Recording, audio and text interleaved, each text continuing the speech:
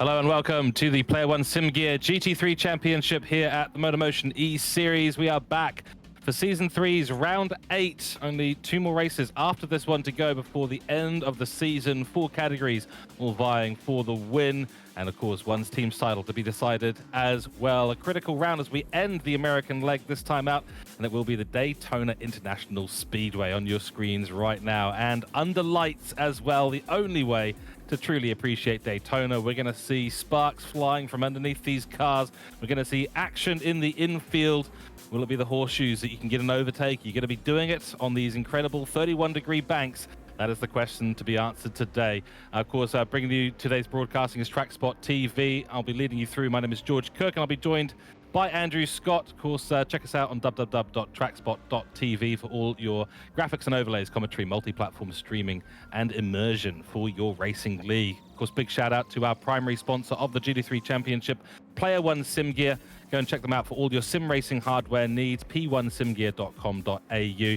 And for all your news and articles and the latest information about MotorMotion E-Series, go and check them out on their Facebook, on the Discord, and also at www.motormotioneseries.wordpress.com. Andrew, welcome into the commentary booth. The calendar coming to a close at the moment. We've only got 3 races to go. Daytona, a fantastic place to go racing. Yeah, g'day George, g'day viewers, and yes, a real true temple of speed, this track today. The Group 3 cars, there's going to be maybe a little bit of a shake-up in the order here today as we see the cars that love that top-end speed, those cars that have got the right gearing, just the right aerodynamics and the right power figures when BOP's applied. They're going to be allowed out to stretch their legs today, and I think we have a good idea of a couple of those models of car that are going to stand out, but also some are going to be hampered a bit, unfortunately. So we've seen, I think, up to about a 10km/h differential in speed between different cars here over the finish line today, George. So yeah, watch out for some shake-ups in the overall results and standings.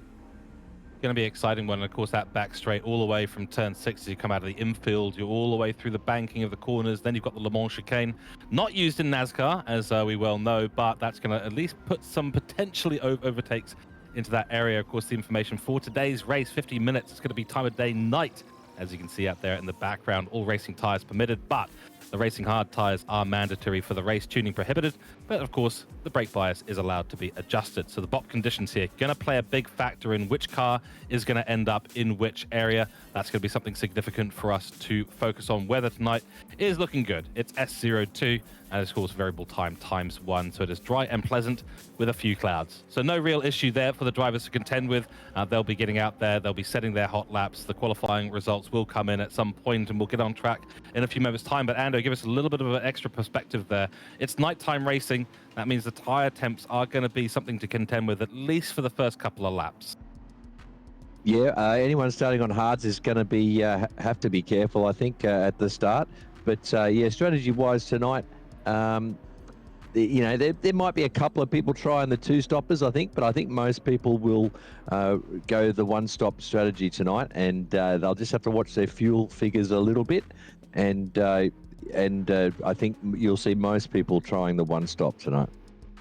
Well, indeed. All right. Well, by the sounds of it, we are ready to head out on track. So it's time to get Group A coverage going here. The Elite and the Pro category going to be a big race for them today. Really important results. So let's get down there and see today's race.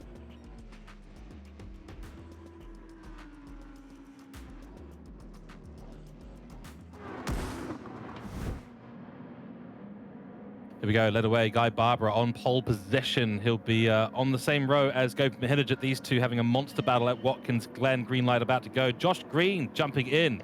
That's a great replacement there for them, but Luke Stone qualifies beautifully well ahead of Matt McCullum, who's been super dominant. We're away racing. First corner, absolutely critical. Of course, the rolling start means that we don't have a big sort of pile-up of cars as we do have in the hype trailer. We did do a pre-season run here at Daytona where things got complicated very quickly, but CP Motorsport's Josh Green putting pressure on Gopin Mahinaget already in this race. Bautasso getting hit by the rear there, unfortunately, by one of the RCZs. That's typical as we head into the infield section for the first time. Great sights out on track, and the lights truly bringing some brightness to what can be sometimes a bit of a grey track, but certainly today it's looking good. Luke Stone under a lot of pressure from CP Motorsports, Matt McCullum, Nick Pfaff in behind there as well. So the elite category drivers wanting to get through as fast as possible. Little moment there on the accelerator for Nick Bautasso as Jointson makes a bit of an attack. Coming through turn 6 now and onto the back straight. This is where we're going to get a good idea of who's going to be quick, which cars have the advantage, and which ones are going to be playing the game today, which is the old bump draft game. Making sure that you're actually working with your opponents going to be absolutely key. And will you then pull out later on and take the win? That is the question. The top three, as they were at the start of this race, Josh Green putting a lot of good pressure onto the back of Gopin Mahinaget and Nissan. I think they're all on the racing hard tyres to begin with. Yeah, the pointy end of the field, they're all electing to start on hards tonight. And yeah, as we see Josh Green there, surprise figure there in the Ferrari. He's got that thing very competitive there. We see Nick Bautasso also very feisty early on, although what's that? He's got a penalty, George. That's not good for him. He's going to drop off this pack now, unfortunately, and he's going to have to come back at them as he moves off to the right there to burn that penalty, and he's invited a couple of cars behind him to join him in the party there. Certainly has. Another big news and shake-up here is Josh Green has fallen all the way behind this battle. So something has happened between him and potentially Gopin Mahinaget. You can see he's running very deep there, not quite as familiar with the Ferrari that he's driving for CP Motorsports. Maybe the cold tires even playing a part of that. Don't think he picked up a penalty at the bus stop chicane. That's where Nick Bautasso got his. So easy to be a pixel or two wide of the apex, and then of course you're going to be picking up that penalty and losing a lot of spots. This is a real battle here between Mad Turtle Racing and Aster Racing at the moment. On board shots now with Nick Bautasso as he sets a Sector 1 purple, but these RCZs are really giving him a bit of a headache at the moment and not letting him through, and Jointson putting a lot of pressure on behind as well. So nice little run there until the point where he puts the power down. The Mercedes V8 just not able to keep the grip on the corner at these late night cool temperatures. And that just gives you a little bit of a moment. And I tell you what, Andy, you know this as well as all of us do. It gives you a little bit of a sweat coming down your brow when you lose traction like that. Oh, you do, particularly at that corner there that leads back onto the bank section here. It's such a crucial exit that you have to get right. And, you know, yeah, these cars are still very slippery indeed with the hard tyres and a full fuel load. Certainly is. So Guy Barbara leads from Gopin Mahinaget. Luke Stone leading the pro category at the moment in this race. Matt McCullum not able to get up ahead of them. They're actually very close on track. Rear view and the beautiful sunset happening over the Daytona course at the moment as we barrel onto this 31 degrees bank surface. Great views from the rear of the car, and Jointson's going to be, well, I was about to say he might be looking for an overtake, but looks to work together with Nick Bautasso at the moment, trying to escape the clutches of our very own Andrew Scott, who's in 8th place. Yeah, Johnson there, a wise move there to bump draft the fast Merc ahead of him. Although he pulls out now to try and make a move. He dives into turn 1 there. Very tricky part of the track there. That's where the elite drivers really do shine, and they gain tenths and maybe up to half a second or so over the lesser drivers, just with their ultimate feel for the brake pedal and the front tyres. Indeed, just saw a little bit of contact there. Josh Green diving in on your right-hand side of the car, Ando, and actually making a bit of contact. You haven't lost a position, so I think he has just slightly backed off to make sure that that's not an unfair push to pass. But Josh Green driving aggressively now to try and recoup these positions. He started in 3rd position. He's now found himself in 9th, and he's on the same tyre as everyone else. Yeah, he got shuffled to the back there somehow, didn't he? But he's very feisty, very pacey, and yours truly is just easing my way into the stint as I always do. I'm happily letting him past here, and I'll just latch onto the back and hitch a ride with him because that Ferrari's quick. Surprisingly, the RCZ and the Ferrari look to be competitive here tonight. Wow, and that is a bit of a change from the rest of the season where the Ferraris and the RCZs have been in essentially struggle town. Onboard shots now with the Hasel1 automobile, the BMW, piloted by Andrew Scott, and the 747 mobile, not taking flight today, despite there being an airport rather close to the circuit, and you'll be hoping to keep traction on the ground, I think, at this point. Stay grounded, that's the key at Daytona. Do not find yourself up in the wall or up in the air. That is not ideal. Josh Green putting a lot of pressure now, wants to get that 7th place off Matthew Joinson in short order, just coming past the penalty serve line and the pit lane. This is where the checkered flag obviously will get shown at the end of the race, and great overspeed by yourself there, Andrew. A little bit of a bump. Well, I think, yeah, Josh Green might have appreciated that. Look where he's at now. Yeah, I thought I was just able to give him a bump there without pushing him deep into the braking zone, and he obviously benefited from that. And myself, rather than lift, I was happy to help out the car in front. Very good. Yeah, Joinson trying to defend around the outside. Very difficult to do that into turn 3. The first horseshoe, we've got east and west horseshoes here, of course. So that infield section, the first real corner that you arrive at is the east horseshoe. Now we're coming through the west horseshoe right now. Tricky double apex corner. In fact, both of them basically a double apex corner, the exit of the east one. Very, very tricky to get the traction down correctly. It's a great place to try and send it. Of course, get the traction down better than your opponents, you'll be in a good spot there. So Josh Green making up a few places now. Good to see him back on the grid. Good to see CP Motorsports with 2 cars here at Daytona today. Nick Bautas is going to come under attack, and that Ferrari does look like it's got a serious straight line speed advantage over a lot of the cars on the grid. Yeah, he's just getting really good exits out of corners in that MR configured Ferrari, and he's just got the pace over the rest of the field at the moment. He's making his way back. He's in P7 already after being shuffled back to P9, I think it was, on the first lap.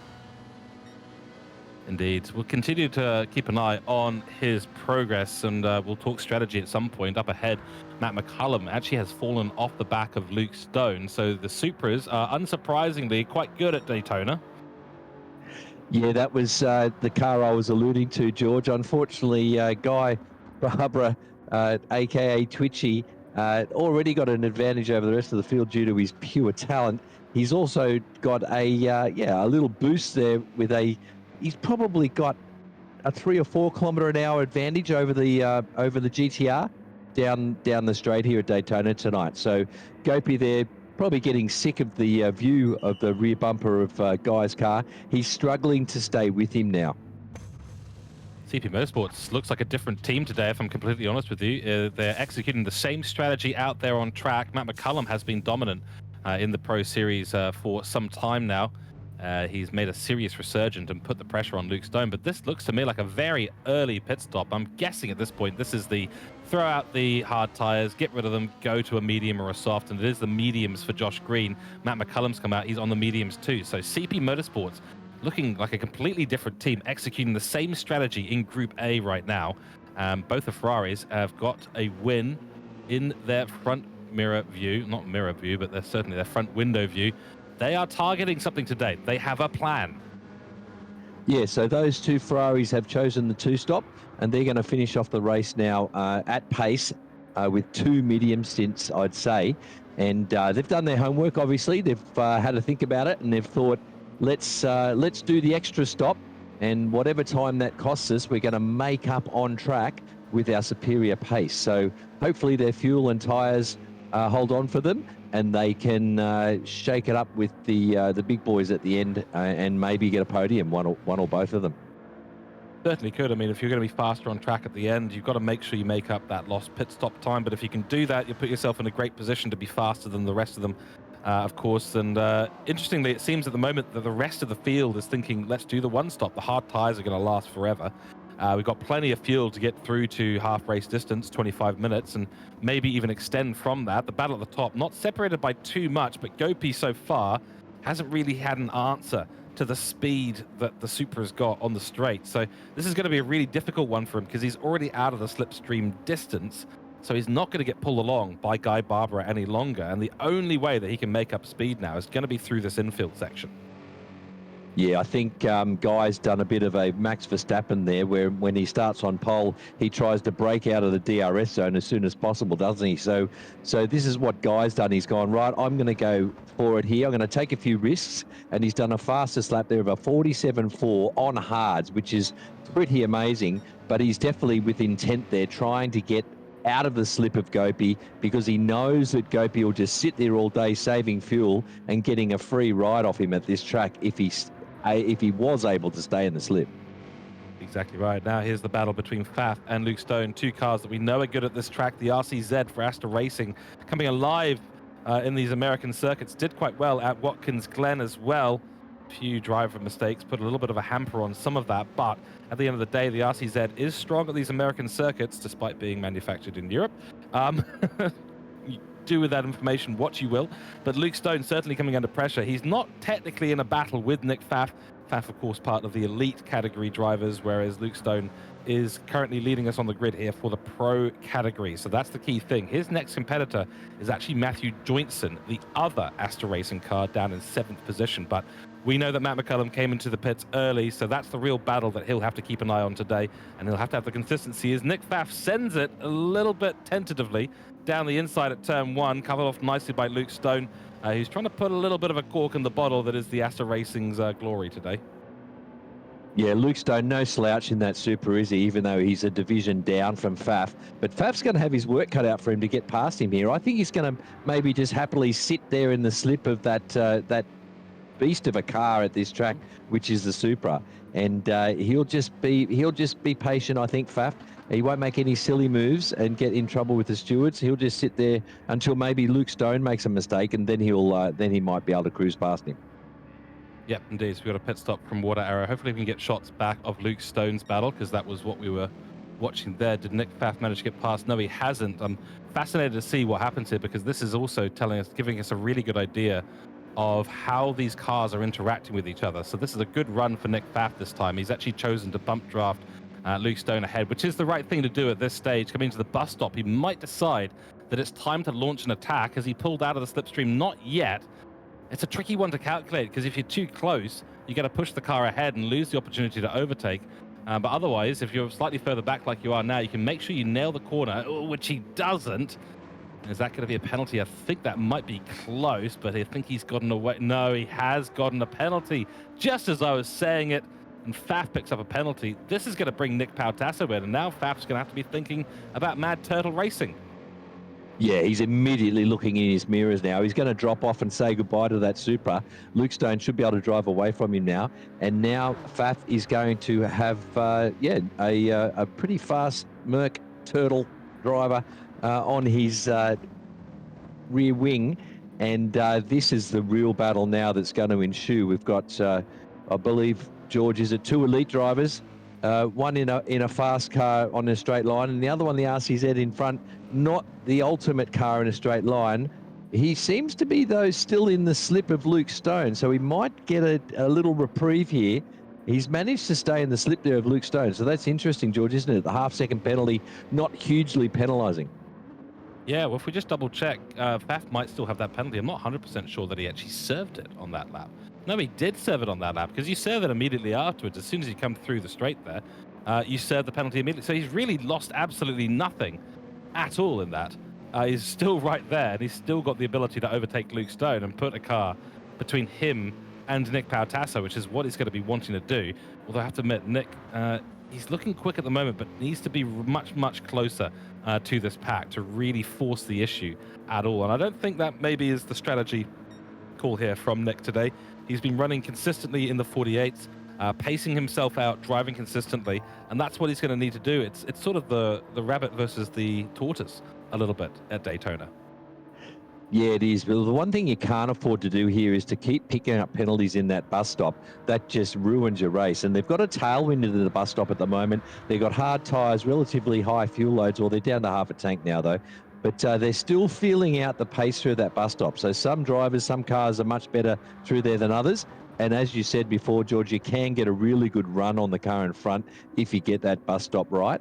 And that allows you to make that move into turn one. And we see Twitchy here going through at the moment. He's on fire tonight. Look at those consistent times he's doing. He's doing mid to low 47s, just like shelling peas, George. That's right. Well, you see the last lap there was a 47.006. It was a 406. It was a 405. That was one of his best laps, just taken away now by Gopi Mihidžić, who's gone a little bit faster on track. So the 47.3, a very impressive time. We know he's got pace, but as you said, he realizes that he's going to end up losing the slip. So he needs to just focus on his strategy and get that absolutely spot on. Let's be honest. At Watkins Glen, he had the superior strategy. At Spa, he had the superior strategy. I think Gopi, from my perspective, knows this GT3 championship just that much better than Guy Barber in terms of the strategies that really do work out. The problem that Gopi has had is the lesser consistency. He's picking up those penalties more often. He's putting himself in a situation where he's neutralizing his good strategy decisions. It's not to say that Guy is not making good strategy decisions. He certainly does, but Gopi has got the experience here at MotorMotion E-Series. That's his advantage. Yeah, I think so. And guys, I think maybe even just to challenge himself, has chosen some very novel strategies with lots of running on the soft tyre this series, which I don't know that that's the ultimate choice, but that's obviously how he likes to drive. He just likes to drive on that faster tyre and just set blistering lap after blistering lap and do the extra stop if he has to. But I'll tell you what, that might not work tonight. These CP Motorsport guys that have elected for the two-stop, I'll tell you right now, the MiCougar supercomputer that Hasel1 has access to did not come up with that as a strategy. So they're up against it, these CP guys. I hope they've done their homework and got it right. But now it's just at the front of the field, just a pure battle of pace. And unfortunately, Gopi's going to be on the same strategy as Guy tonight, and he's just got one arm tied behind his back, unfortunately, with the speed advantage in a straight line that Supra has. It's an absolute missile. Absolutely right. I mean, here we're looking at the CP Motorsports Ferraris right now. Fastest lap just being set by Josh Green. So these two are working together very well. And again, this is unlike the CP Motorsports that we have seen this season. Obviously, they did not have an elite driver present for some time. I believe, correct me if I'm wrong, that might have been Matt Donetti, as a penalty has been picked up by Josh Green. Matt McCullum's just set a penalty, so these guys are going so quick. I don't think they really even care that they're picking up 0.5-second penalties at the moment, but working together to push themselves forward in this race, and that's what they're going to have to do. But, you know, the 49.4 laps, they're not going to be helping the cause. They need to be in the 47s. They need to be in the low 48s and 47s, or they're not going to have a shot of keeping ahead of the likes of Luke Stone, who's now on your screen, or Nick Pfaff, or even Nick Pautasso. So still leading the pro category, Luke Stone at the moment, ahead of him Guy Barber and Gopi Mihidžić, separated by a few seconds now on track. Coming through the bus stop chicane, great shots at the moment. Love these lower view cameras. We see the headlights burning through the late night fog, if there's any. It does look like there's a little bit of fogginess, but maybe it's just a little bit of low-level cloud. You never really know. But Pfaff here on the racing hard tyres, as we said at the beginning of the race. How do you conserve fuel here at this point? What are you doing to try and extend? Are you trying to get past the 25-minute mark? Maybe an opportunity here for Pfaff to push past, but he's going to bump draft. So everyone working together. This is standard Daytona operating procedure. Although the cordial relationship may have just come to an end, and Pfaff finally, after many laps, does make the move, does it cleanly, as you said before, and, well, cleanishly. Got some dirty tyres as a result.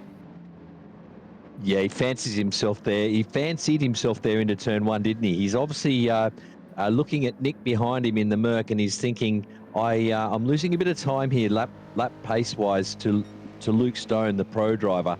it's time for me to lead from the front. So he's decided to pull out of the slip there, make an authoritative move, mind you, into turn one. It was a real nice, clean, authoritative move. So he's passed him now. He's put Luke Stone between him and his rival, and hopefully he might be able to check out here and reap the rewards, because he was benefiting from that super there with the fuel saving and the top end speed on the bank section.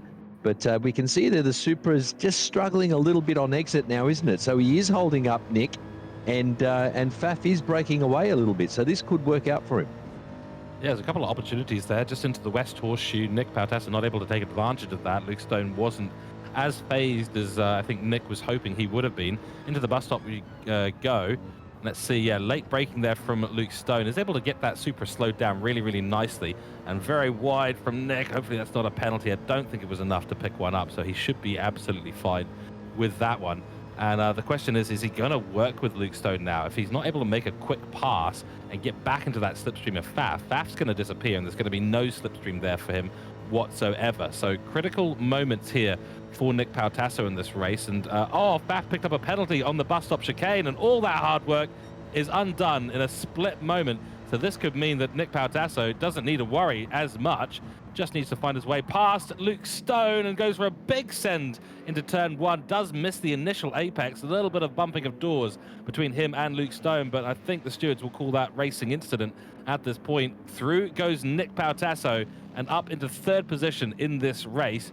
Bear in mind, we've got a couple of two-stoppers in the race as well, and Faf wants the counter back. He wants that move back again on Luke Stone. He wants the position and needs to be there, because now the positions have literally reversed, and it's up to Nick Faf to stay in the strict slipstream of Nick Pautassa. A true battle of the Nicks here we've got today. Yes, it is. And he just did a bit of damage control there by getting past Luke Stone through the kink there. Very brave move there to keep the boot in and really send it into turn 5, I think it is, the second right-hand horseshoe. So he's limited the damage there, but that just goes to show you, folks, how hurtful that half-second penalty at the bus stop can be. He just got the job done. He had a nice gap to Luke Stone behind him, and then he goes and gets a penalty. And now he's got to regroup, start all over again, and he's got his elite rival, Nick Pautassa, in front of him now, not behind him. And the critical entry and exit through this bus stop chicane, it's absolutely key, and there's always only about a millimeter in it at any one point. And the attacking angle you take in, you take into the corner once you're bleeding away the speed from the back straight is absolutely a key part of that. You know, if you're going to miss that first little angle that you need, you're going to affect yourself all the way through. And of course, the drivers naturally, and as you well know, trying to take the most efficient line through there, but that is no easy thing to ask. No, it's a hugely technical section of track, that bus stop. When you want to go through there at pace and at the elite level, you're flirting with that track limit on exit every single time. If you're not, you're going too slow anyway. So it's a bit of a catch-22. You've got to risk the biscuit in order to keep up with the rivals, but at every pixel, there is that threat of a half-second penalty. Indeed, and we're being told that Nick Faf wasn't just a 0.5-second penalty for a cut at the bus stop chicane, it's the turn 1 cut as well. So when we saw him go off after making the overtake, he actually picked up a 0.5 there, and then another. So he served a 1-second penalty, and these penalties get exponentially worse as you add time onto them. A 0.5 is not so bad, but once you get to 1 second, suddenly you're losing 3 or 4 times the amount of the penalty. So it's very, very costly, and of course Faf now got a little bit of work to do to catch up. Guy and Gopi still going at it out on track. No real change up in the top 2 at the moment. Let's go through the field and have a little look and see who's where at the moment. We've got, of course, Pautassa and Faf. This monumental battle of the Nicks here at Daytona will continue. Luke Stone is leading pro category at the moment. Behind him, his closest rival in the pro category, and that is Jointson. But he's got a pretty big lead over Jointson at the moment. Behind them is Campbell Knowles. So the lead elite Black Rose Racing Porsche. The Porsches here, I don't enjoy driving them at Daytona. They are not a lot of fun. The tires disappear, and we saw that just then, of course, with Airborne. There's Glenn Mead, Nick Pautassa's teammate in the 999 Mercedes. in P8 at the moment, so technically running third in pro category, but he's got Chris Farapapa to deal with for Lightning Motorsport in the pro category as well. Looking okay on tires, maybe a little bit low on fuel, but at the moment, Lightning Motorsport and the the Hondas, not necessarily the most comfortable here. I think they're in a similar category to the Porsches at the moment. Behind them, Michael Brill in P10, followed by Spark, was the other Porsche. Then it is Gridline Racing Scott Taylor in 12th at the moment, not able to extract probably what he wants from the Nissan today. Joinson comes into pits on low fuel. Behind them, of course, Matt McCullum, Josh Green, rounding out the field with Water Arrow in 15th position, also coming in for a pit and tossing out the hard tires. Ando, of course, you're in there as well, and you have executed a strategy. Surprise, surprise. Yes, yours truly. Someone's having to go at an undercut here. I'm fancying myself to rejoin the likes of Nick Patasso et al. Up there for the final podium position with a somewhat novel strategy of I'm going to go really long now on the mediums. So I've saved a bit of fuel, and let's see what happens when the rest of the field pits. And yeah, I'm hoping to cause a bit of a reshuffle.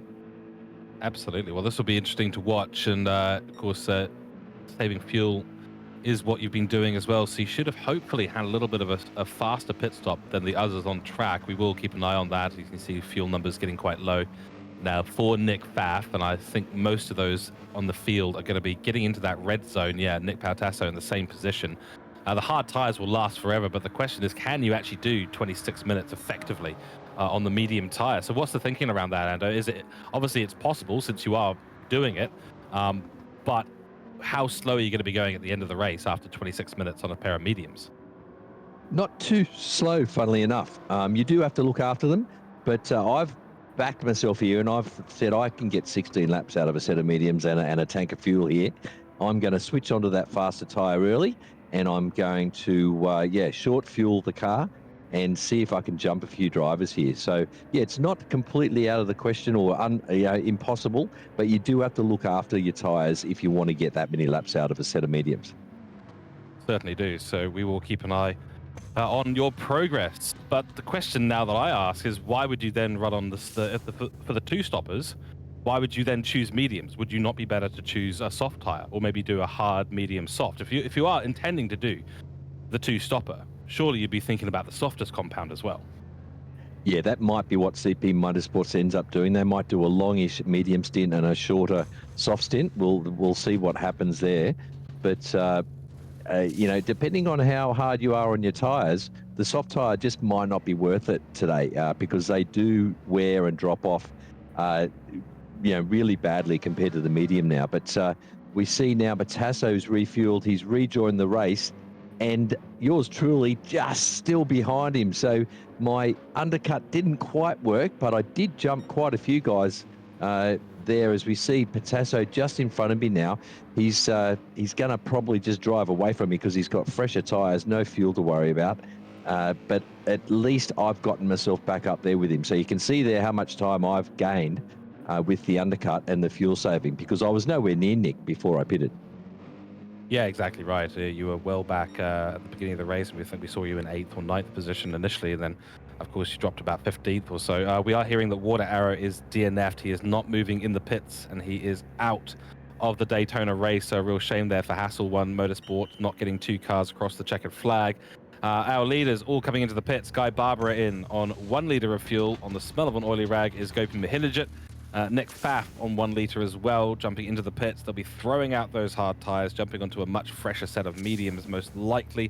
Luke Stone for pro category in, as well as Glenn Mead. So that is going to mean, let's just keep an eye, because I think at this point we'll see the McCullums and the Josh Greens go up ahead. And the other person who's staying out is Campbell Knowles, airborne, now up into P2.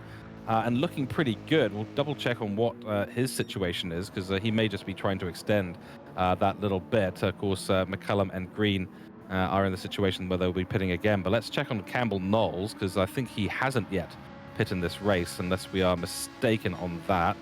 We'll get the broadcaster to get us over there. There we go. So, there we go. Fantastic. So he's had a couple of slow laps there, but I don't think those are pit stops. I think he's been extending.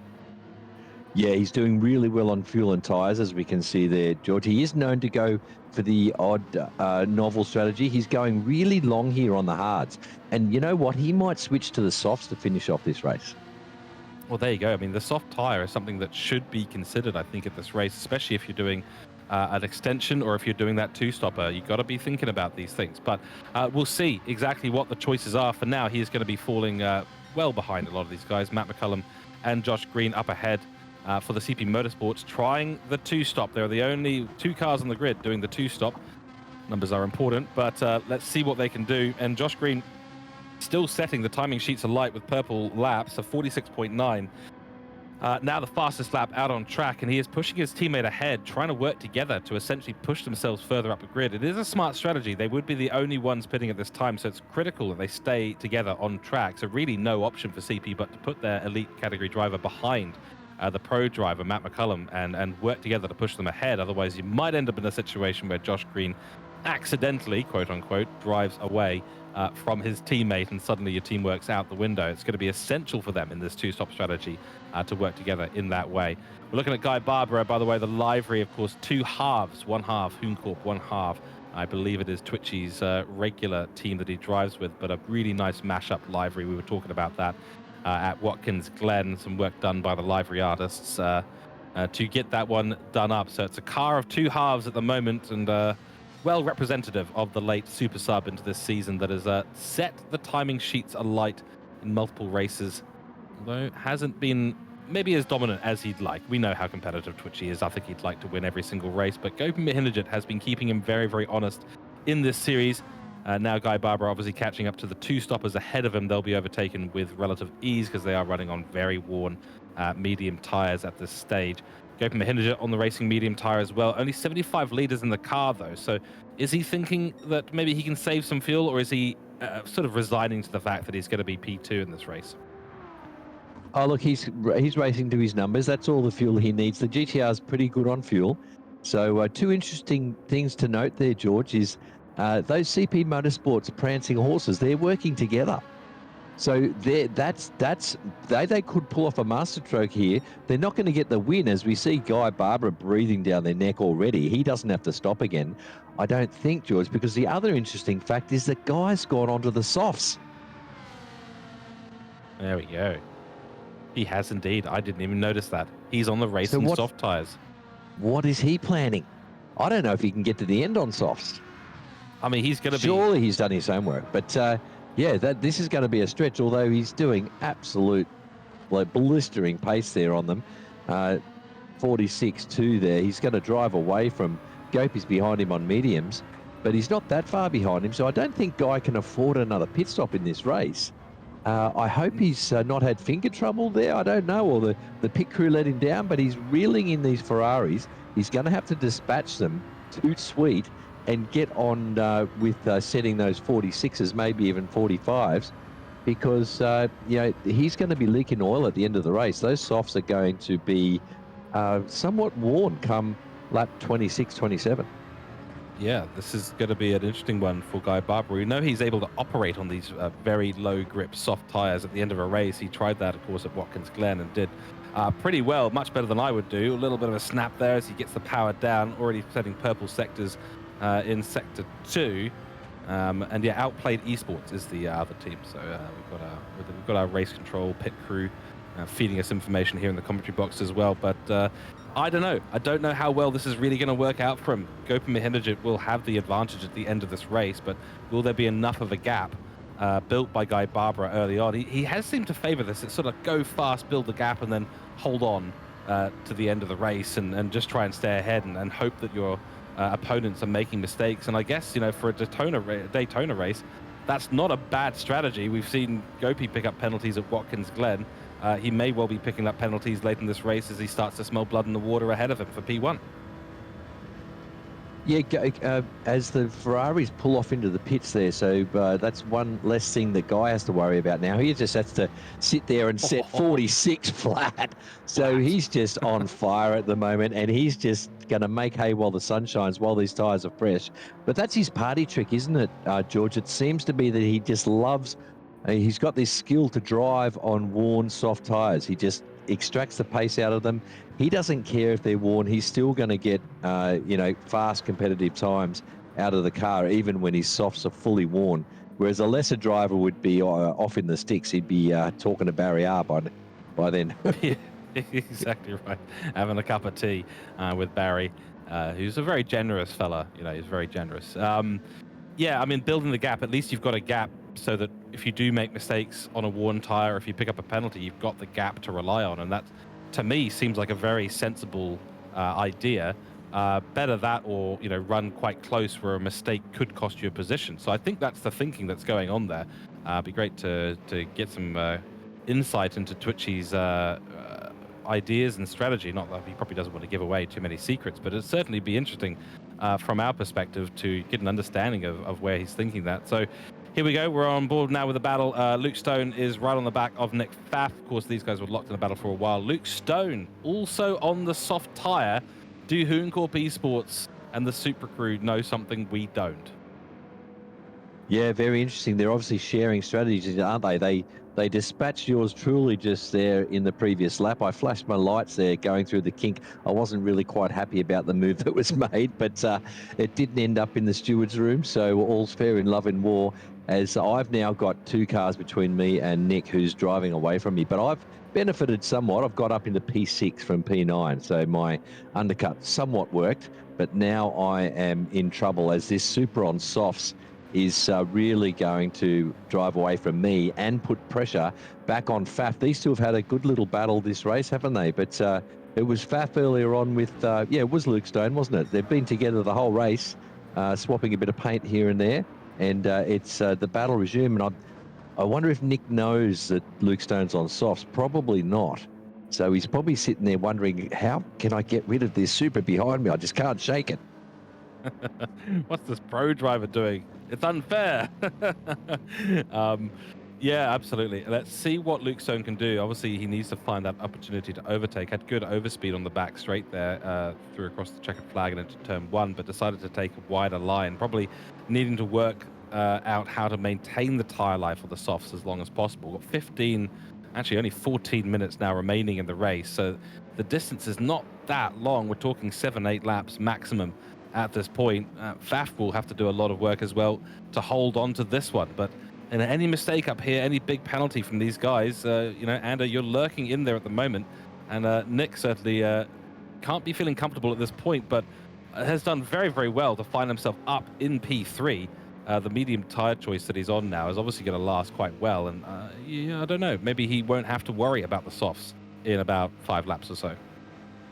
Yeah, Spud's had a really good stint here on the mediums, actually. That Merc is loving them. He was a little bit squirrely, taily here and there on the hards at the start of the race, but he's put the hammer down coming out of the pits just in front of myself a few laps ago, and now he's just driven away from me, and he's just having a really good stint. So he's looking good for P3 at the moment. He'll be happy with that. So will Luke Stone if he picks up P5. So I don't think Stone's going to look to, as we see, a Ferrari one wide through the bus stop there. So that's, their strategy hasn't seemed to have worked out well today, has it? Just maybe a little bit too much prancing from the horses, prancing around the track limits.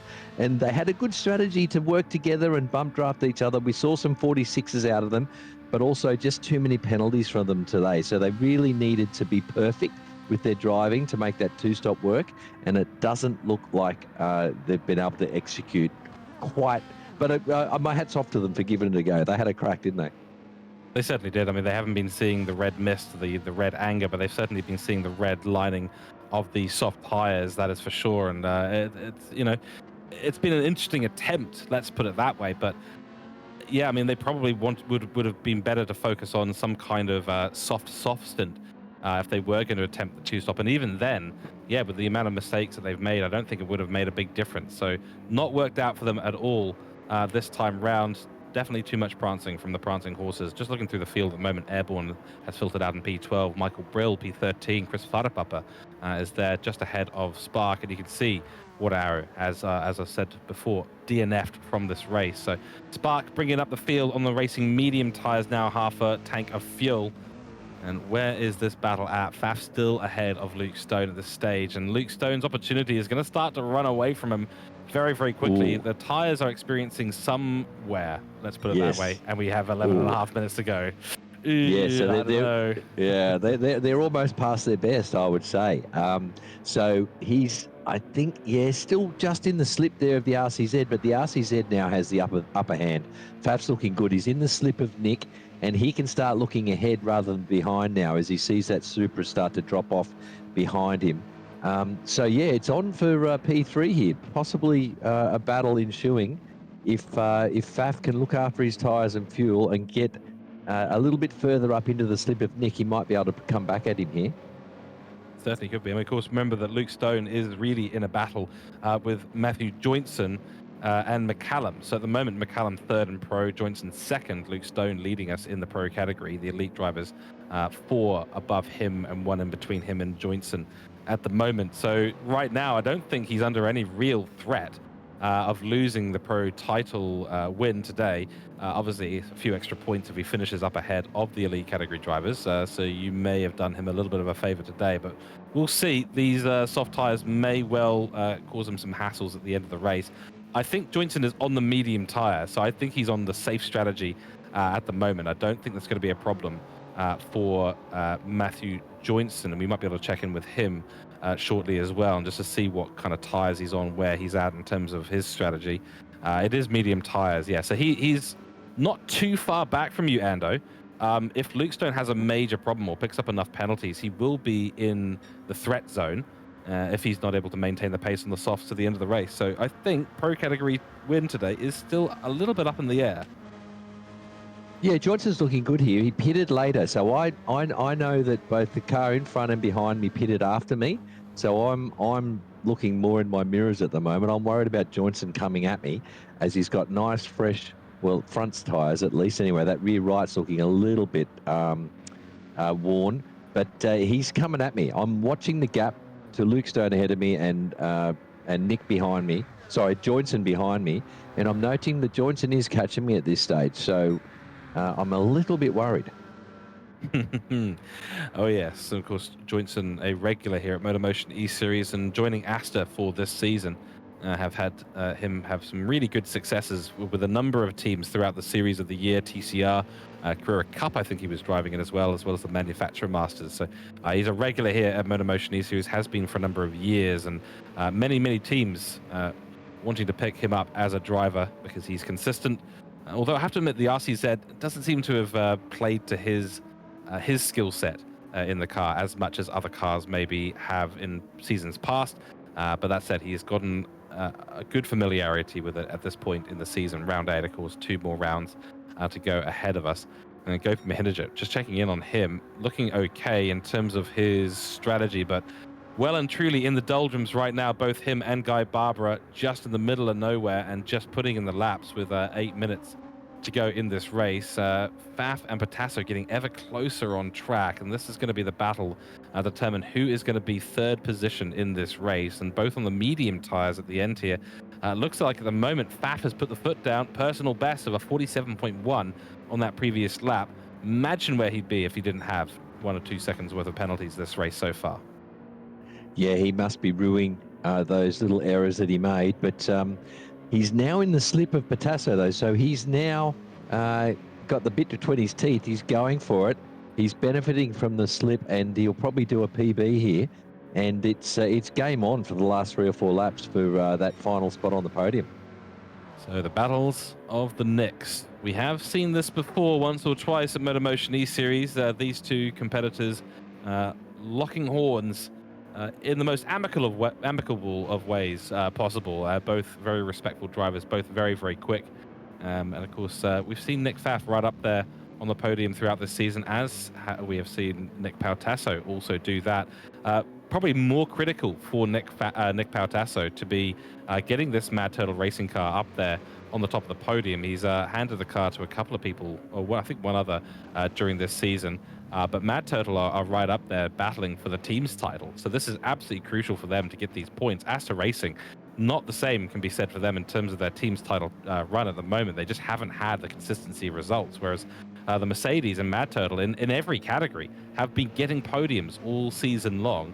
And against TuneCorp as well, who are on a late charge, Luke Stone finding his way back to the top spot at the moment. And of course, the super sub of Guy Barbara. So yeah, a big switch up in terms of this. So it's really critical to have these results and have these successes. There's Glenn Mead. He's in P10 at the moment. So he's just ahead of Scott Taylor. And again, another critical one here because both the Mad Turtle cars in Group A are behind the Hooncorp cars, their title championship contenders. So they need to be finishing up ahead of them. And if not, it will be hampering them. But of course, they do have Pro-Am and Am drivers to come. Joe Rudinsky's been doing a wonderful job down there in the Pro-Am category. So there is still a lot of hope. And I think that's really the difference between the Hooncorp team and the Mad Turtle team. The Mad Turtle team to have stronger competition in the Pro-Am and Am. And currently, certainly with the Super Sub, Hooncorp are sort of looking like the ones who are in charge of the Elite and the Pro category. So it's really going to come down to consistency of results in this team's title to the end of the season. Yeah, Mad Turtle, they've put a good team together. Mitch, who not only does good liveries, although some may say they're a bit childish, but I think they're great. But he's put together a good team. He's got a good recruit there in Nick for the Elites, and the rest of the drivers, they've put in a really good showing this season. Also does a good Facebook post, by the way, each week, a good update of his team's progress. So very good with the written word is our Mitch. But yeah, Hooncorp have just pulled the trump card there in Guy Barbara, though, haven't they? So they're looking good too. So they've recruited just as well as Mad Turtle have, and with Guy there. So yeah, it's going to be a battle royale for this and the last two rounds to see who takes out that team's title this year. Certainly will be. We're just watching Matt McCullum come through turn 6 on the Racing Soft tyres. He's left Josh Green in the dust at the moment after Josh Green picked up a couple of penalties. So there is no team order to say, hey, drop back and let's work together again. They'll just simply lose Matt McCullum way too much time. So Josh Green, after qualifying 3rd in this race, finds himself 9th.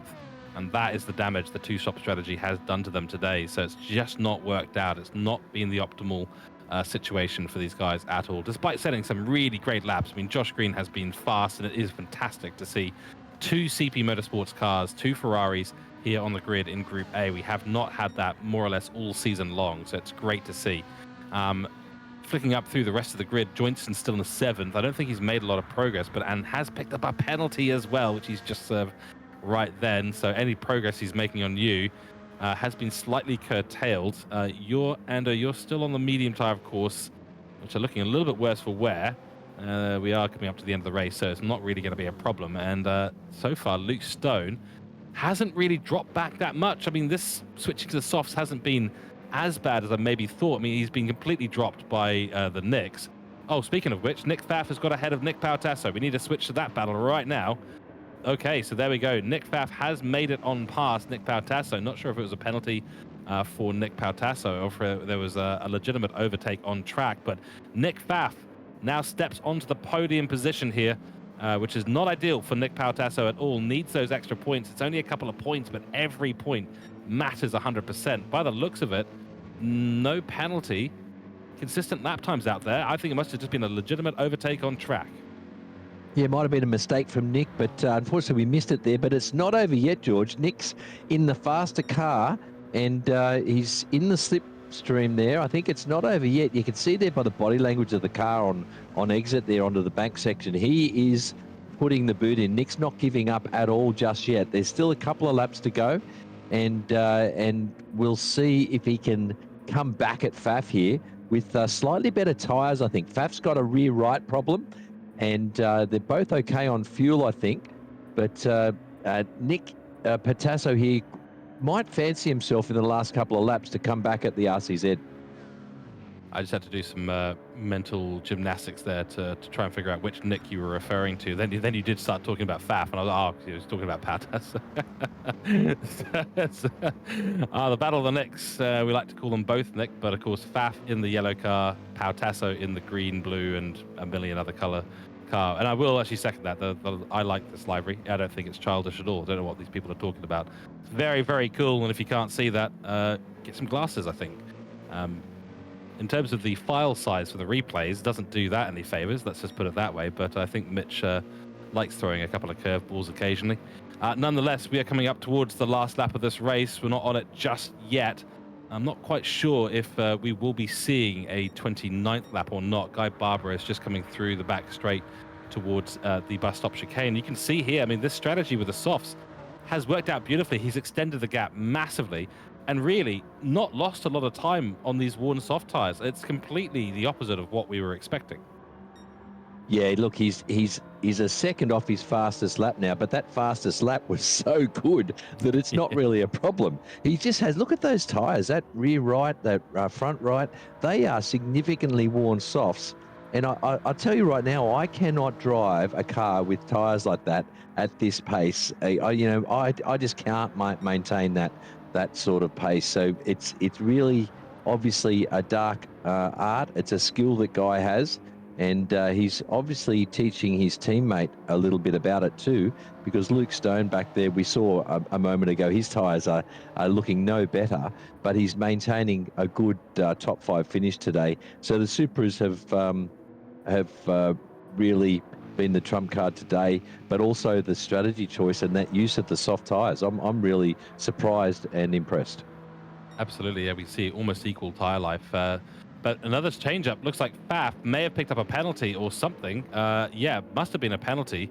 He's got no damage on the car, and he's running very low on fuel, which is okay for this situation, but he's made another mistake, and Pau Tasso has retaken third place. Every time we switch the camera, something seems to happen in the battle of the Knicks. So, my God. The Knicks...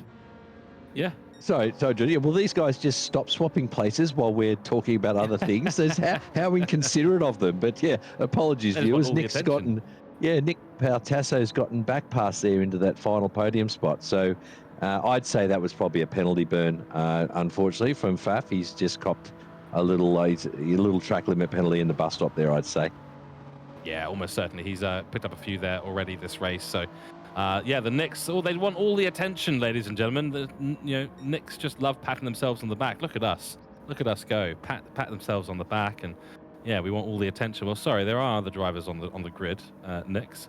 Either way, great battle between them all race long. This is going to be the last couple of corners here, though, for Guy Barbara. Final lap of the race, 28 laps, and he's a happy man. He's finally got it done on the softs, and Gopi nowhere near his rearview mirror at all. Takes the checkered flag. And your winner for round 8 in Group A in the elite category is Guy Barbara, executing a wonderful strategy there on the soft tyres after taking the hards earlier on. Gopi Mahinajit will come across the line on the medium tyres. He's still a happy man, but he would be happier if he was one place further up the grid. Nick Pautasso is the winner today of the Battle of the Knicks. So well done there, and obviously a bit of a penalty spree for Nick Pfaff today has really curtailed his chances of picking up that podium, but that's important for Mad Turtle Racing, and a good bunch of points going their way for this. Luke Stone wins the pro category today. Well done to Luke Stone, executed the same strategy as Guy Barbara. We'll get a look at the full results in a few moments' time. Matt McCullum and Josh Green, the result that could have been, but wasn't there today. Too much prancing by the prancing horses, and unfortunately they have kind of ruined their chances at a good result today. Could have seen a whole mix-up at the top of the field. Well, that is your coverage for Group A. We'll head over to our chatting screen and get the results up.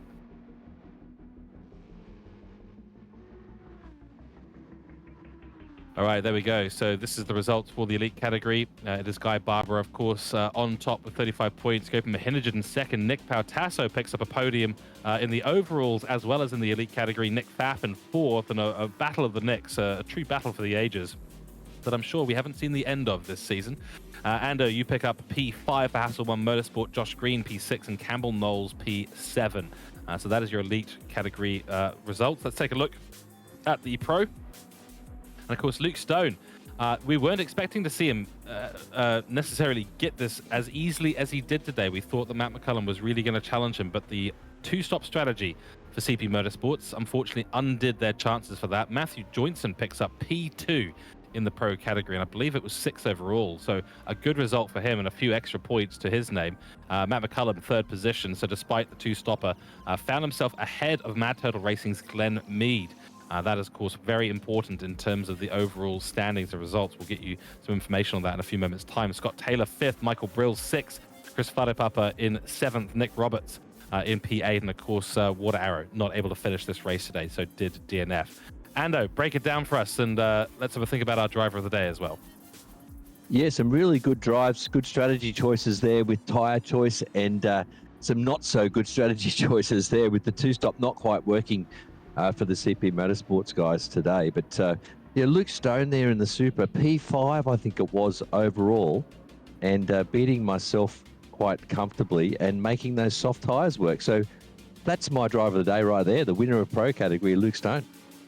Fantastic. I'm going to give it today to Nick Pautasso for the fewer mistakes that compared to his rivals. Executed a good strategy, kept it on the road, made the overtakes when he needed to. So I think Nick Pautasso for me. So got a little bit of a split of the commentary box, ladies and gentlemen. Let us know in chat who your driver of the day is. We'll tally that up and let people know. But so this is how things pan out in terms of the standings.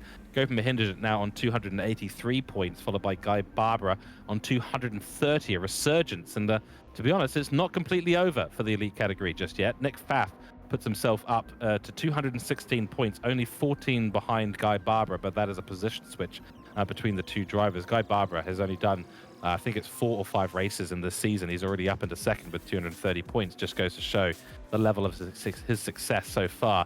Then it is Nick Pautasso in 4th place, 168 points, 2 points clear of both Andrew Scott and Campbell Knowles, who are sharing 5th position on 166, and then Josh Green coming in and getting a few points. This race's first round this season in MotorMotion E-Series GT3 Championship. In Pro title, Matt McCallum now finds himself well ahead of Glenn Mead on 290 points for CP Motorsports. Glenn Mead on 261, not the result he needed today to really be fighting. So Pro category could be very close to getting sealed up. Currently, it is the most dominant of the categories. Matt McCullum has the most points out of any driver on the grid, in the entire championship, I should say. So 290 points, and he is 29 points clear of Glenn Mead. Matthew Joynson on 226 and 3rd, and then Nick Roberts, Scott Taylor, Luke Stone, Michael Brill, Chris Farapapa, and Riley Nicholson. So a little bit of a battle going on at the bottom of the Pro category there, but really, Matt McCullum has shown his dominance, and that is set to continue. Right, we're going to go to a 5-minute break, ladies and gentlemen. First of all, before we do that, though, a massive thanks to you, Ando. You're not able to join us for Group B today, but a huge thanks to yourself for jumping in the commentary box. Some final words and maybe some predictions for Group B?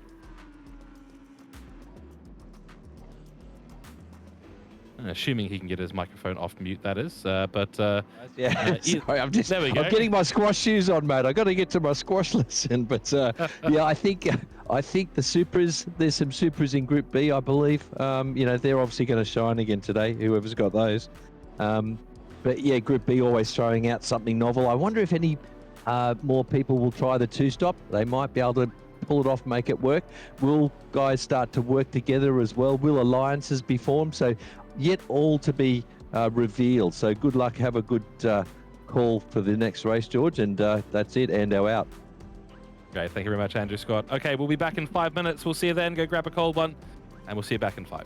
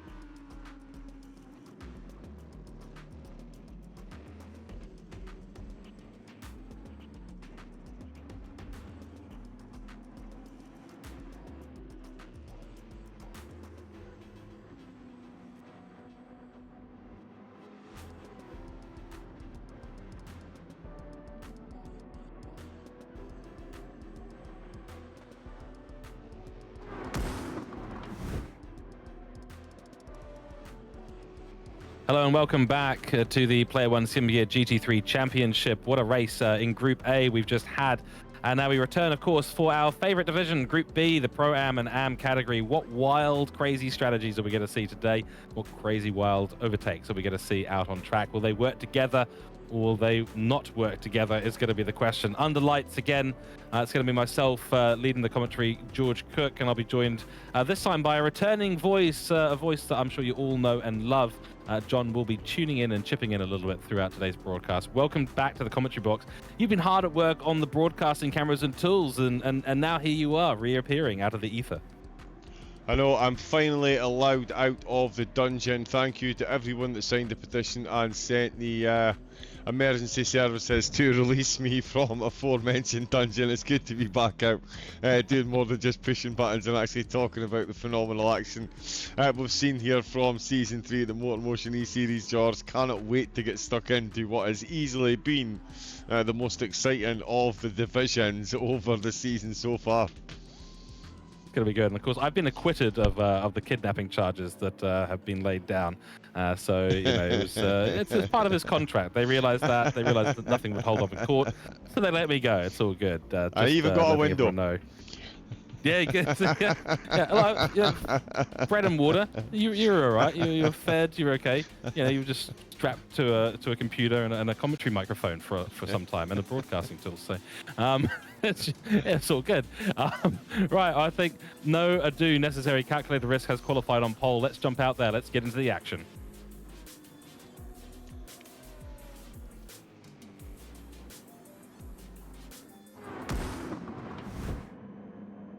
Here we go, ladies and gentlemen, and we might need to just double check our lobby because we need lobby 2. It does say Group A at the top, but I'm sure we'll get that sorted out in a moment's time. We're about to go racing here, and rolling start once again. Calculated risk on pole position.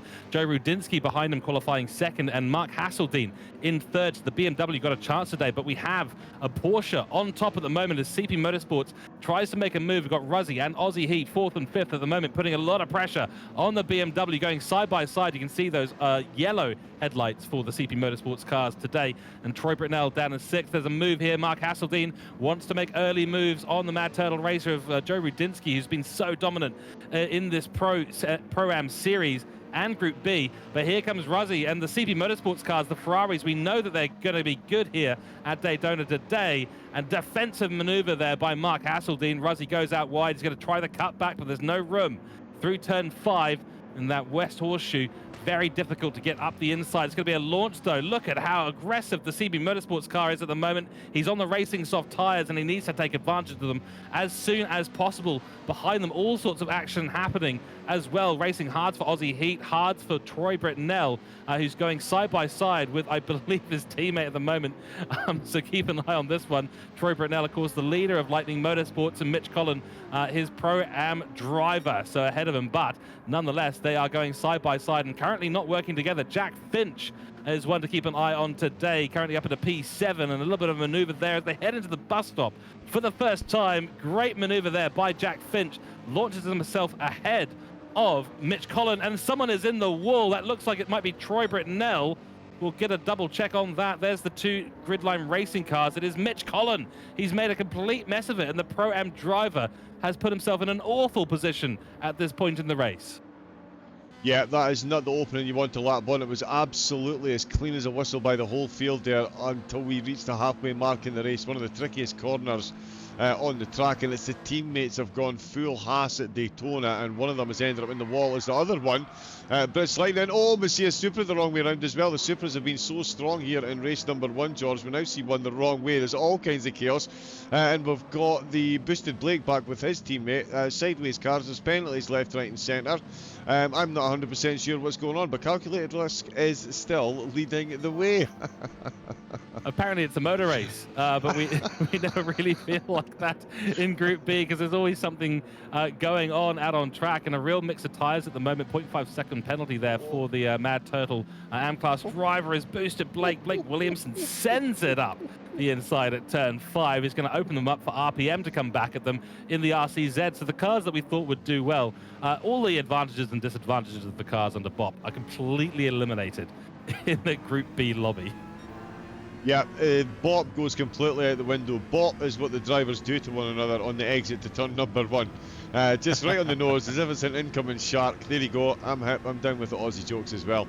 But yeah, shark attacks, no joke. We do punch him in the nose and see what happens. But Brits Lightning, he's setting purple laps early doors, and he has got a solid battle going on ahead of him. That was a big, big, big successful sentence to go side by side through the bus stop chicane. Exactly the time that you want to do that, because the exit, someone's going to pick up a penalty, and I tell you what, Brits Lightning is about to pick up 3 positions, if not a whole lot of slipstream. Never mind Brits Lightning. He is going to be Grease Lightning on this lap with all these cars in front of him. The Aster Racing car really slung low to the ground. It is bouncing across the front windscreen of Brits Lightning, and I tell you what, oh, there's a penalty. Someone served the penalty. It's RPM, of course. He picked up the penalty. We saw that. That is him ejected from this battle forthwith and into turn number 1, George. It looks like Brits Lightning might get a double overtake here if he can keep this on the inside. Oh, yes, he does. That's a nice move from Troy Britnell. We know he's a consistent driver, and he's fast today. In the Honda, wonderful move there. The Grease Lightning effect in full operation, and nothing that Hogs can do about that at all. And yeah, BOP today, not effective. The actual acronym from it is break or pass. Or not at all, in fact. So, break or pass. And that is the nature of racing in Group B, and that's why we have so much fun with these guys, because they're all learning, they're all getting better and better, and the strategies are absolutely a mixed bag, that is for sure. Fastest lap out there by Mark Hasel1, currently in 2nd place, and trying to keep the range between him and Calculated Risk down to an absolute minimum. Ruzzy's attack on the softs has come to an unfortunate abrupt end so far. Joe Rudinsky, I can't remember what tyre Joe Rudinsky's on. I think he's on the hard tyre at the moment, so we'll know that he's got good pace regardless of the tyre he's on. But I do think that it is Joe Rudinsky with a hard tyre and fighting off these softs, which are going to bleed away really, really quickly. In terms of the overall strategy, John, I don't know if starting on the softs was necessarily a good idea, but we saw that the 2-stopper was what CP Motorsports wants to do in this in Group A. Whoa, that's Troy Britnell, and he's around, he's in the wall, big damage, and that's 2 Hondas in the same piece of wall in 2 consecutive laps. Yeah, and going to be honest, it's not a massive surprise that it's the Honda that is suffering there. It does not like weight transfer, and of course the actual race car as well has very little to no traction control under certain speeds, and it just had no traction there at all on any wheel, and that is a whole lot of front end damage. I mean, the only saving grace is the entire front end is caved in, so it will be completely balanced across the front. The imbalance will be balanced, so to speak, and Brits Lightning again, what really was the saving grace, it's right at the pit entrance. Not that it's going to save him much at all. That is an absolutely painful one for Brits Lightning, and yeah, the Hondas really not looking good out there. The Supras have done well in race number 1. The Ferraris too really could have done something on the right strategy. They've got the actual Ferrari in for F1 engineers. It breaks my heart as a Ferrari fan to say that. Oh, that was... but yeah, I think, yeah, starting on the soft, certainly an interesting one, especially as Aussie Heat on the hard tyres is now well ahead of his teammate on the softs. Who I think may have come into the pits. I think that's why we're seeing him down in 12. Yeah. Oh, no. No damage. He's had a mistake. Yep. Oh, no. Well, that's just an unfortunate way to ruin a strategy. And now with a soft tyre, I mean, he's committed to the 2-stopper at this point, pretty much regardless, unless he wants to try and fuel save and take it all the way to the end. Troy Britnell has completed his pit stop and come in or out, I should say, on the medium tyre and a full tank of fuel. So he'll be running as long as he possibly can. But that was an unscheduled one because he wasn't running on the soft tyre. So I don't think the thought was a 2-stopper for Troy Britnell at all. He's kind of been forced to now switch over to do exactly that. And weirdly, the top 3 cars are the 3 cars who don't have an advantage under BOP at this track. It's a Porsche from a BMW from a Mercedes. Yeah, as you're saying, the BOP handbook thrown completely out of the window. This one is going to be run purely on driver skill, talent, and durability. Endurance is the word I'm looking for, because this is fully an endurance course. You think you can take it easy on that banking, you absolutely 100% cannot. I cannot state that firmly enough. There's no place around here, and I still couldn't tell you where the braking zone for this corner is. I've got no idea how to take this this horseshoe. But again, proves, as George said earlier, this is a league where everyone is learning. They're still 4 seconds a lap quicker than me. So microphones all round. I think it's safe to say. I so guarantee, still putting the laps. I guarantee you put these guys in NASCAR trucks, though, at Daytona and the oval-only layout, and we'll see something very, very different. My recent learnings have told me how dangerous the banking can really be, especially when you lack an aero. So when you've got synchronized aero damage is still much better than non-synchronized or unsynchronized aero damage, that's for sure. I wouldn't want to be going around this 31-degree banking here with damage on part of the car only, and then staring at that yellow line going, I could try it, but I shouldn't. Yeah, no, you absolutely do not want to be lopsided on a course that is so lopsided. That's not the way to do it. Oh, and the Mercedes is on deep. The Mad Turtle is going to be very mad because he's very quickly going to lose a position. And that is Brun, who has got himself up to 6th position, and is going bad from worse for RPM, because here comes Jay Finch in the is that a Supra? And it has got some straight end speed here. We know that. We've seen that already in race 1. The Bob handbook may be out the window for some of the drivers, but that's certainly not out the window for the actual engines themselves. And that Supra now is looking to pounce in RPM. George, this has not been a convincing start to the race, only in the opening 6 laps. That's a couple of big mistakes, a penalty in 7th position when it could easily have been podium positions, as we see more running wide and shenanigans into turn number 1 as RPM is all over the back of Brun now that Jay Finch is down. It's it's all going on right through the field. Yeah, this is key for RPM. I mean, with Mad Turtle in the battle with Hooncorp, you're seeing that battle play out right now. And at the moment, he's earning more points in AM class than Jack Finch. So this is a critical battle for these two. And Jack Finch started off the season as our unequivocal leader. He had so much pace. He was battling with the Pro-Ams all race long, and he just has had a bit of a drop-off, whether it's been through contact with another car, which we just recall the Le Mans incident where he had contact with Troy Britnell, who was having internet issues, and found himself flying off at 200 kilometers an hour directly into the barrier at the first turn on the first straight. As an absolute disaster for him. It really set the tone for the rest of his season, but he's got all the opportunity today to maybe make his way back. We'll do a stock take and see who's where. Calculated risk, leading Pro-Am at the moment and leading the race, of course, Mark Hasel1 trying to reel him in. Medium tire for Mark Hasel1 at the start of this race. Obviously tried to make positions early, but that's 2nd overall, 2nd for Pro-Am. Then Expat, of course, leading the Pro-Am title at the moment for Mad Turtle Racing. It's a huge, consistent points gathering that he's been doing throughout the season for both himself and the Drivers' Tournament, and of course for Mad Turtle Racing. Then it is CP Motorsport's Aussie Heat for Pro-Am. So this is 4th in the Pro-Am category. And then Boosted Blake Williamson. Now these two look like they are making a bit of a catch-up maneuver here on Joe Rudinsky. Fastest lap held by Mark Hasel1 at the moment, but a former purple lap for Blake Williamson, who's going for the maneuver around the outside line of turn 1. But that deep braking Ferrari defending as it should.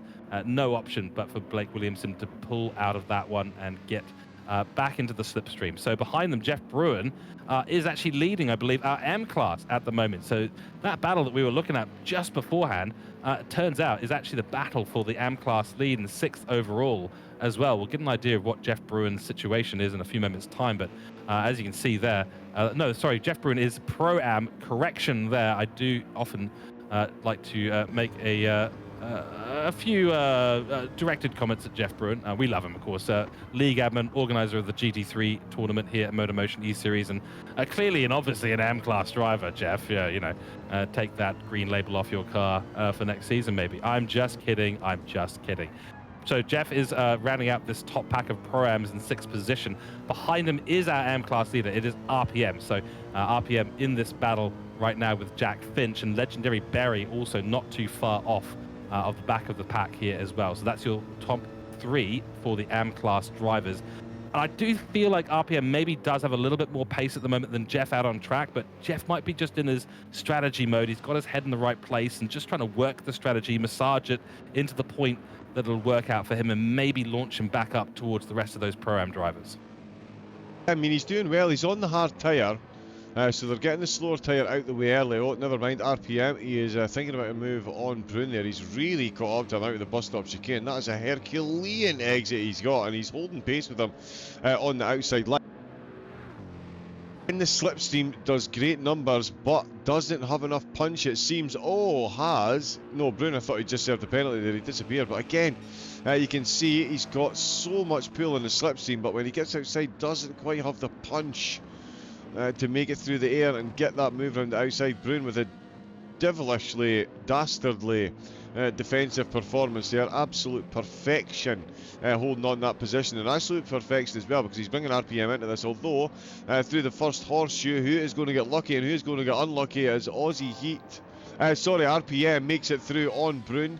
I'm jumping ahead of myself ever so slightly, but RPM is going to be on the inside going into the second horseshoe. It is going to be a tough take for Brune to get this one around the outside, although the inside, of course, a lot more centrifugal force, and he's run wide, and that is Brune running wide. Here comes Jay Finch then.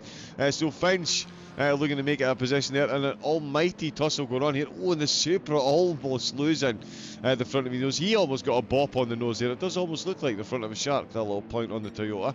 I'm reaching, I feel that as well.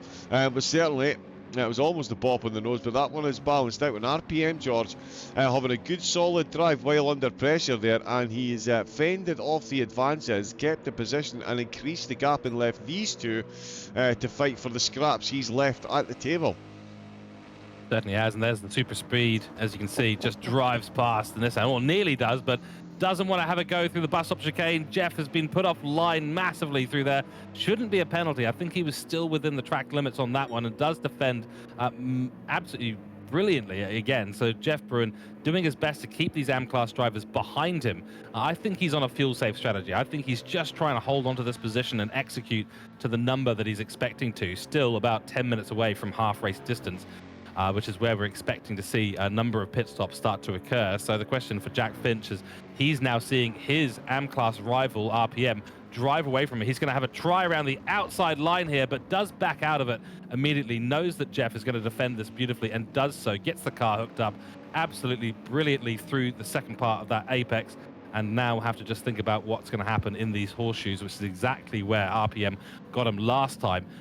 Really unfortunate, but you know, once you've been pushed out to the outside line, there's really not a lot you can do. As long as the other car's going to get traction, they're going to be ahead, especially through these horseshoe sections here. Taking a look at the top, the gap has closed up massively. Calculated risk. That's Marcel Albertin for Black Rose Racing. Starting to drop back a little bit towards Mark Hasel1. Let's get a little look at the lap times here. A 48.6 the previous lap for Hasel1. What's Marcel been doing? A 48.7, so a little bit slower at the moment. They're both on the medium tyre, John, so it's even Stevens between the two of them. It's just going to come down to how consistent they are here at Daytona.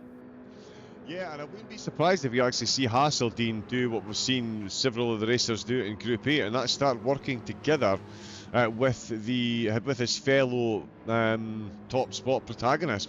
Calculated risk and Hasel1 are running away with the expat is on the hard tyres, so he is going to be quicker for the second half of the race. I know, huge revelation there, but these two up front, they will absolutely know that with the lap times that they're setting. And again, I would not be surprised if we see these two working together, knowing that the race at the moment, no, they're not going to work together. They're going to go side by side. The BMW has got an absolutely phenomenal run around the outside. That's even better than the Supra got. Is he going to make this one stick? Opens up the Porsche. Oh, absolute beautiful ballet through that first couple of corners there from the Porsche. To fend off the much quicker BMW. That thing can definitely punch through the air, and he can punch through the brakes as well. He goes later on aforementioned brakes. The Porsche hangs it around the outside, holds on to the position, but surely Hasel1, we can see, no, he's not going to get alongside going into the second horseshoe, George. So yeah, strategy be damned. And that's another one of my predictions. Straight out the window. Can't drive, can't commentate. Hasel1 going to make this one stick. Is he, or does he run too deep? No, he's opened up the cutback. It is going to be calculated risk. It retakes a position, and Hasel1 has thrown himself under the bus, George. He should have worked together. He went for the overtake, and there is what you'd call an all-time massive backfire. He's lost the slipstream. He's lost the car ahead, and he's now got Expat, who's on the slower tyre, closing in on him very handily before the halfway mark of the race. That's not gone well for Hasel1. No, that's called handing the trophy to your opponent, unfortunately.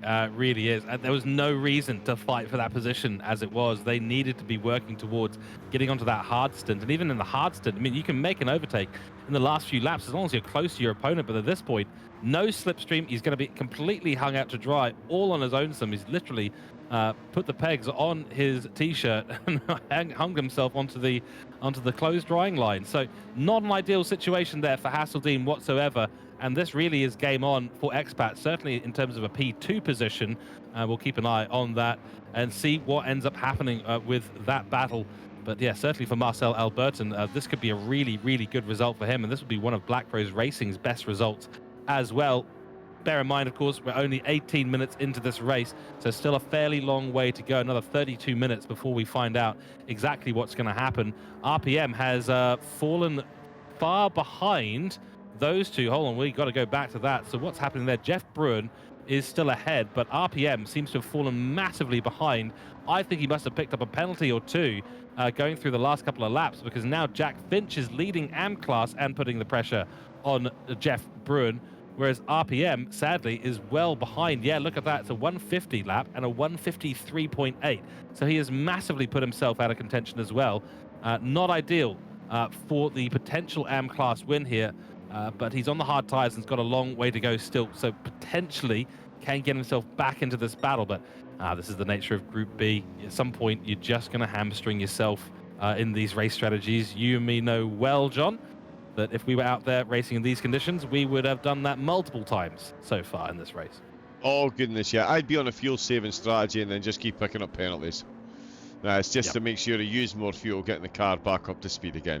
It is the law of diminishing returns, multiplied by the compound root of the stupidity, which I have an abundance of. So I'd be multiplying, and I'd be multiplying my pit stop strategy by how many tires I've got on the car. I need to do 2 stops, so that's 8. Okay, 8 pit stops. Yeah. Yeah, exactly. And there's no way I would get this many laps with a medium set of tires either. Absolutely ridiculous for the drivers to be going as long as they can. But it's good to see the split strategy, all of them changing. Ruzzy down at the back of the grid. Sorry, I've just jumped down there to have a look and see Brits Lightning after that damage, and the other Honda as well. Where did we see?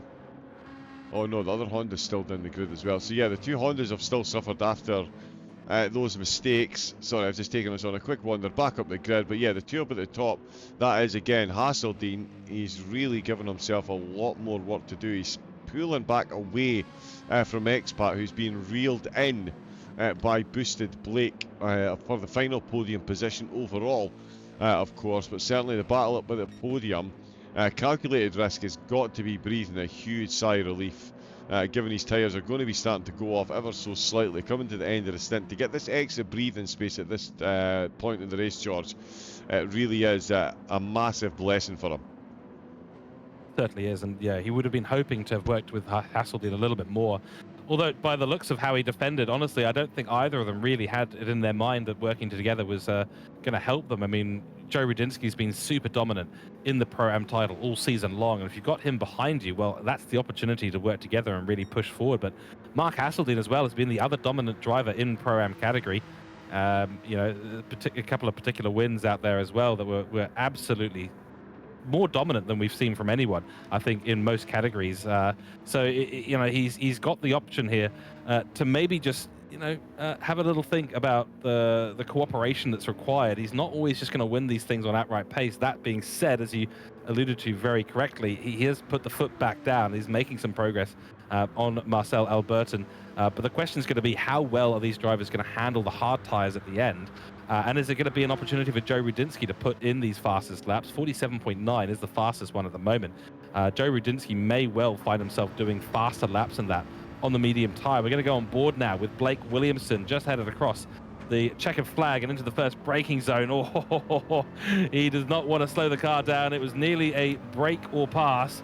In this case, he did decide to brake, which was a good decision, I think, from Boosted Blake. Very good driver out there on track and not copying the Group A strategy of having a soft tyre on these Supras, running his own ideas today. And I think that's the right call, but we saw it work to massive effectiveness in Group A, running the hard tyres for plenty of time, and then essentially getting onto the soft tyres, running quickly, building a massive, massive gap that couldn't be caught on all the Ward mediums. A little bit of an overbraking from Joe Rudinsky, who, if I'm honest with you, isn't looking particularly comfortable at this track. I think that's probably related to the hard tyres more than anything else.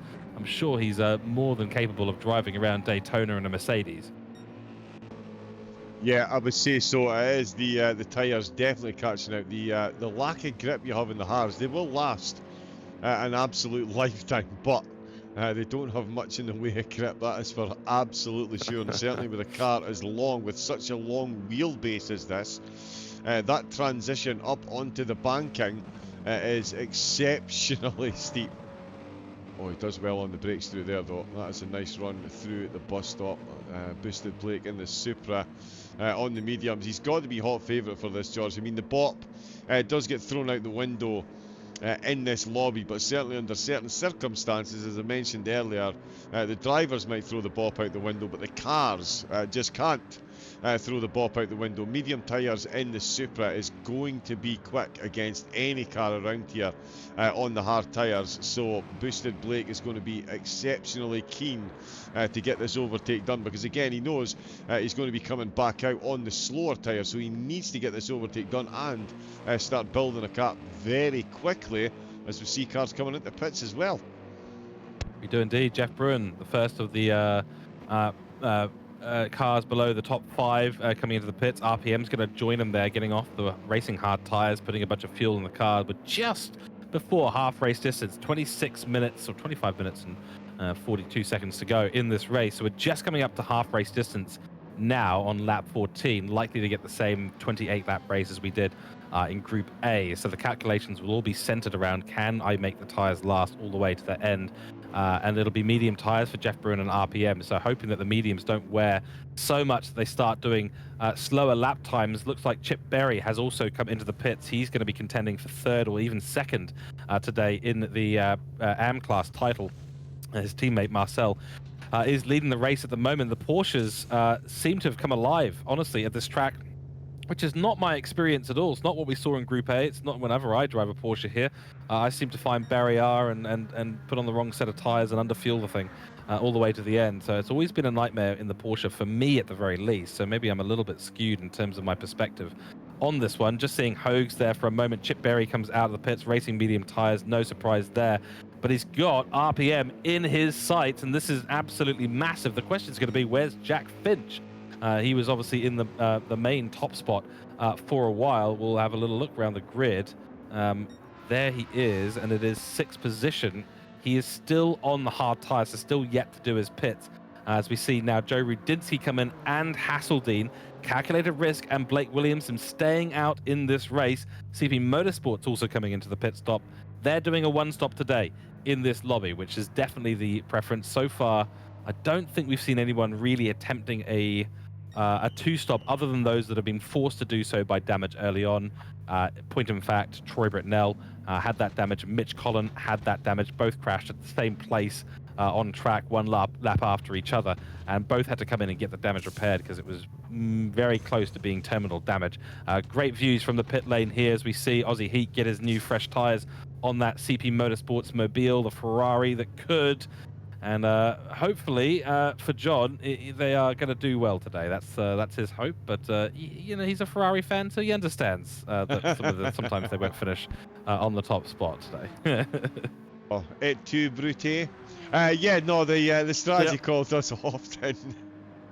Let the Ferraris down. Hopefully they get it right this time. They did not get it right in Group A, it's safe to say. A calculated risk. He's taking a calculated risk. He's just set a purple sector as everyone around him is pitting. The extra fuel in the Porsche is going to hold him in magnificent stead come the end of the race. Of course, he's going to have to spend less time fueling, and more importantly, he's going to be able to spend more time on the medium tyre than Hasel1 behind him. So Hasel1 forced into an attempted undercut, comes back out on the hards.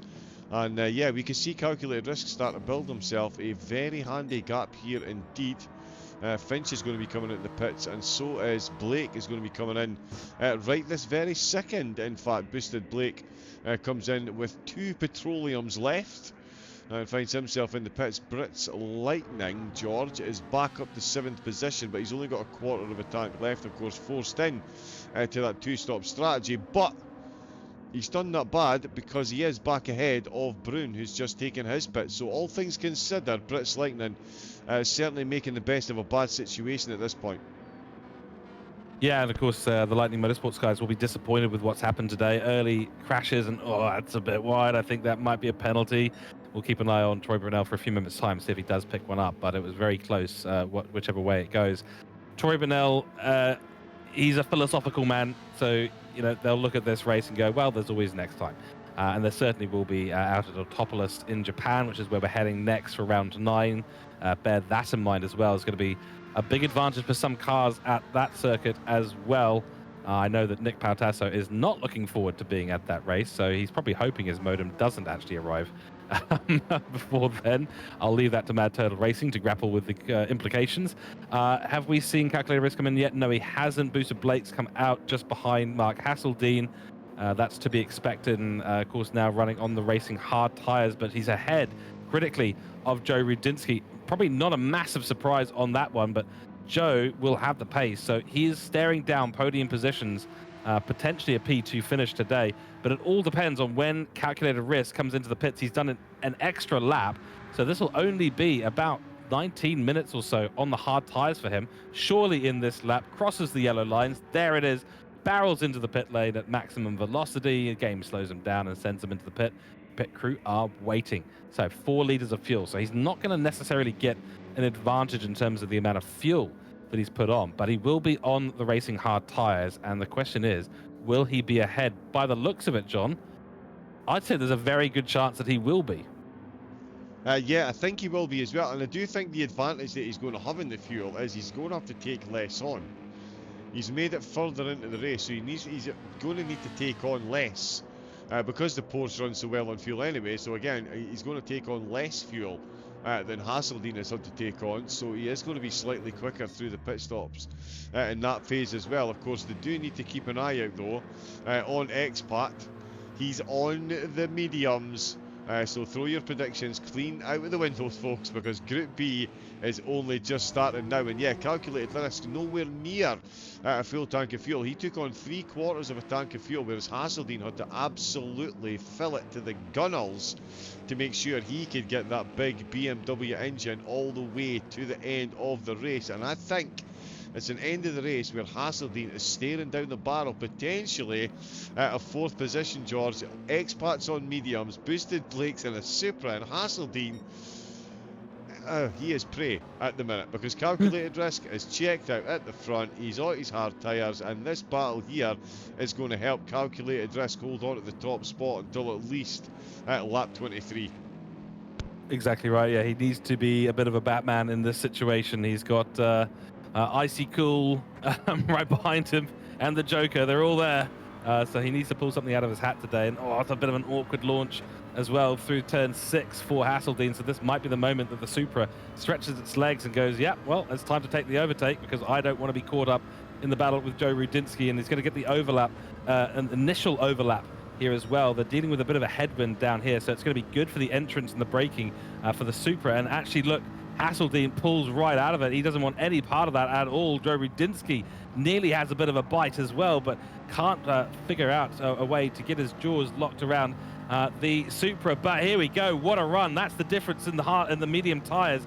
Joe Rudinsky flies through the exit of the bus stop chicane and launches himself, slingshots himself around the Supra, who will now gain the slipstream advantage coming into turn 1.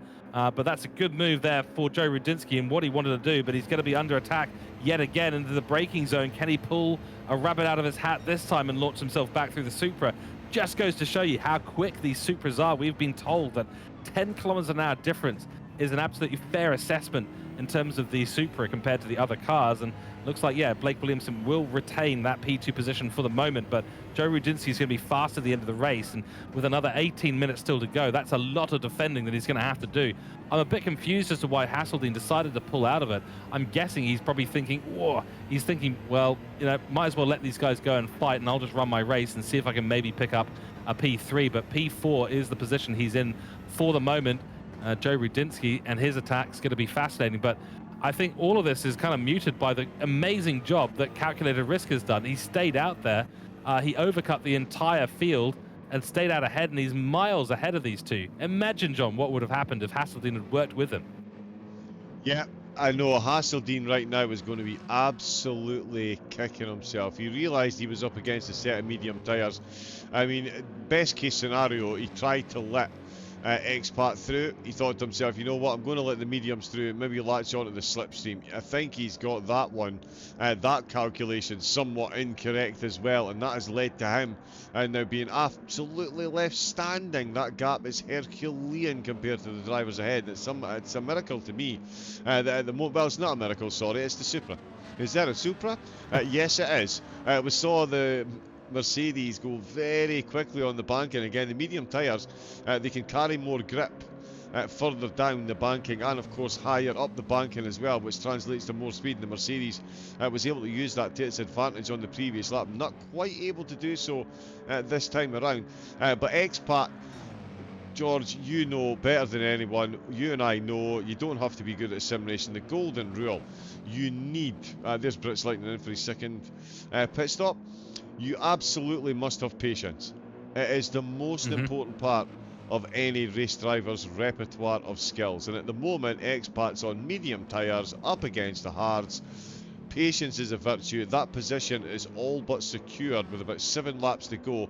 Expat's feeling good, and yeah, patience is a virtue here, and just craft out the overtake when it happens. When.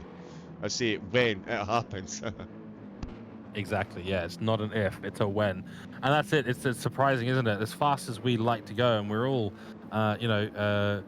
gasoline-fueled adrenaline junkies here, but it's actually bringing yourself back from your natural instincts as a racing driver. The patience and the discipline is what makes you a good driver. That's the difference between your average Joe doing a hobby and these pro drivers in esports, and of course in real motorsports as well. It's bringing yourself back from the brink.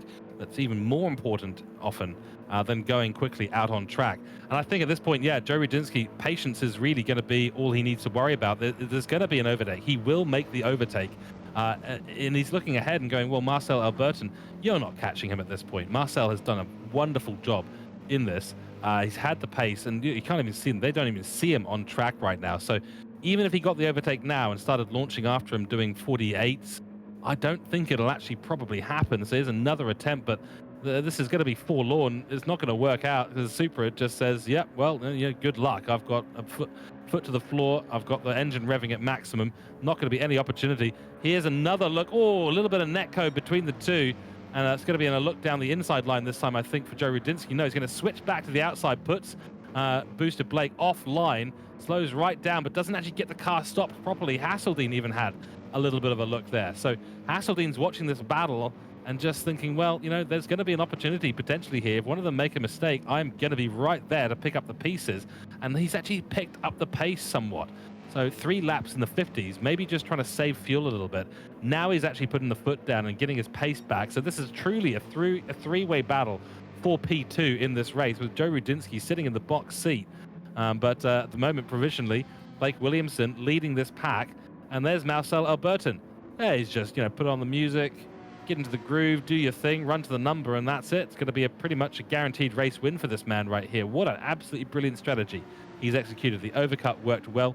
Let's jump through the field, through 5th down, and have a little update from what else is going on, because I suspect that this is going to be a battle that carries on for some time.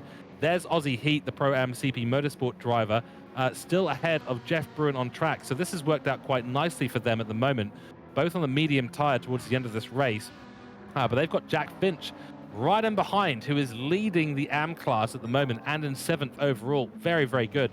He's staring down a couple of extra points if he can put himself ahead of Jeff Bruin and Aussie Heat at the end of this race. And Jack Finch has decided to take the Group A Super strategy.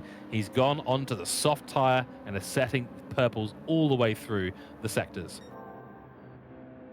He is absolutely on fire. As I mentioned, the bot might get thrown out the window for the drivers, but the car, that Supra, is still very quick in a straight line. You strap a set of softs on it, it is a rocket ship compared to the rest of the field. And Finch lighting up the timing towers now. He's got about 6 laps left to go, maybe 7. So we'll see how many positions he gets, because the cars ahead of him are all on much slower tyres, and that is a very easy overtake into turn number 1. If he can hold it, no, and it's a door closed there. Brune not keen on leaving the door open, and rightfully so. He had enough room to close the door, so perfectly entitled to do so. So a bit more work for Finch to do on the softs. He's going to need to... he does need to be cautious, of course. He doesn't want them dropping off towards the end of the race and then losing more positions. He is still ahead quite considerably of RPM, who's had an up and down race. The Mad Turtle will certainly be displeased, I would say, come the end of the race. Still ahead of Legendary Berry. One of the cars forced onto the two-stop strategy, so just come back out of the pits on medium tyres with half a tank. Blue Dog in 10th and Brits Lightning, another driver forced onto the two-stop strategy, but looking to take what advantage they can of it by coming back out on the softs. Ruzzy down in 12th, and Hodges not far behind. It's medium, slightly worn mediums versus fresh mediums in a car.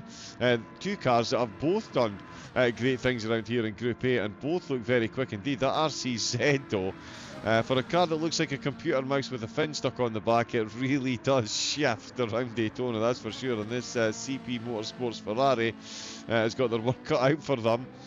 Ruzzy with such a promising start to the race as well, George, but there's yeah, these two battling away down at the back, and all kinds of interesting shenanigans going on in the middle of the field. These tyre choices are going to make it an interesting end to the race for quite a few of the drivers, it seems.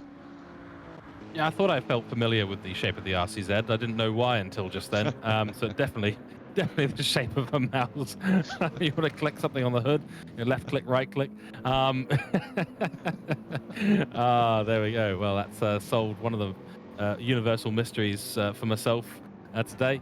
Yeah, I have to give it to Ruzzy. He had a great race start, but the accident that saw him pick up damage. Also, Mitch Collin, unfortunately, I believe, has unfortunately DNF'd in this race, so he will not be participating any longer. Unfortunately, the damage was terminal to the car, and he's decided to hang it up for today for Lightning Motorsport. On board now with Mark Hasel1 as he lines up a potential 2-for-1 here today. Blake Williamson has been overtaken now by Joe Rudinsky, and that's completely secure.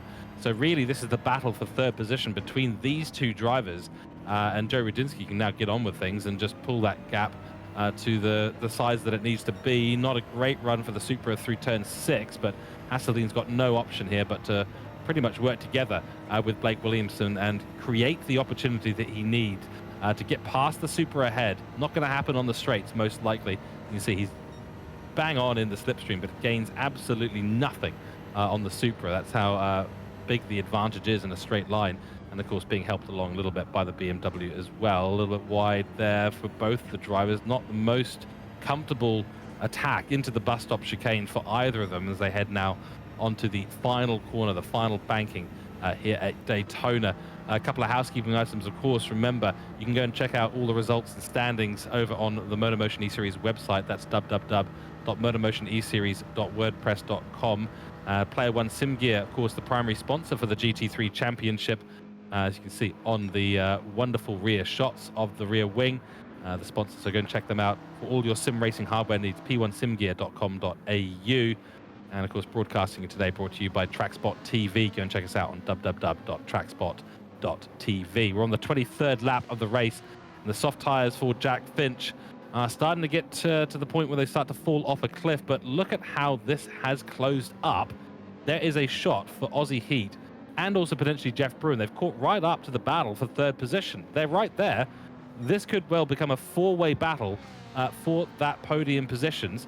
P2 secured by Joe Rudinsky now, but if Hasel1 and Booster Blake don't work together, and that might be why we're seeing Hasel1 just do a little bit of bump drafting, thinking, you know what, I don't really want to have Aussie Heat or Jeff Bruin right on my rear for the remainder of this race and in a position to overtake. So that's going to be the key thing. Joe Rudinsky's setting 48 zeros. Previously was 49s while he was behind the pack, but calculated risk doing 49s at the moment, but consistently. I don't think there's enough time there, John, for Joe to catch up. I don't think he's on for a P1, but it's looking a lot more possible than I thought. It is looking very close, and I am now second guessing myself, which probably means it's not on, because I don't often predict things correctly. I think that's why people enjoy watching the commentary. They get to laugh at just how bad I am. But he is now another 2/10 up on his personal best. So he's about to clock a 47.8 if he can bring this home. And we're talking 49s. That is 1.5 seconds. And, oh, well, are they close? I mean, there he is across the line. And that's a 49.9. Let's see. He's just on a 47.8, George. I'll go and pop some humble pie in the oven and grab myself a nice big spoon and sit in the corner and just have a munch on it, and we'll watch the closing couple of laps, perhaps, George. I think you need to bake a victory banana cake as well if that prediction comes right. I'm gonna hold on. Well, I'm gonna say Marcel Albertin wins the race, and we'll see who's eating humble pie after this. I did say that I thought that the battle would keep calculated risk safe until lap 23. Oh, so that is, hold on. Yeah, but so it is lap 24, right. so I was close. I was close. You're close, yeah, but definitely get the humble pie ready, that's for sure. Yeah. Let's go to Aussie Heat, because he's just made a move on Mark Hasel1. Oh, yes. These guys are going for it now. So, as I was saying previously, this battle was about to turn into a four-way battle. It's now a three-way battle. And Aussie Heat and CP Motorsports have put themselves up into a wonderful position. What a run he's got there on the Supra. This is nearly a 2-for-1 in 2 quarters. Aussie Heat finds himself on the podium positions now, and Blake Williamson, is there a problem with the car? I think he might be struggling on the hard tires. He's on the hard tires now. Oh, looks at a move on the apron that's not on at all, but the medium tires for Aussie Heat and CB Motorsport seem to be the play. He's going to lose the position again, likely through the bus stop, tries to hold on but won't.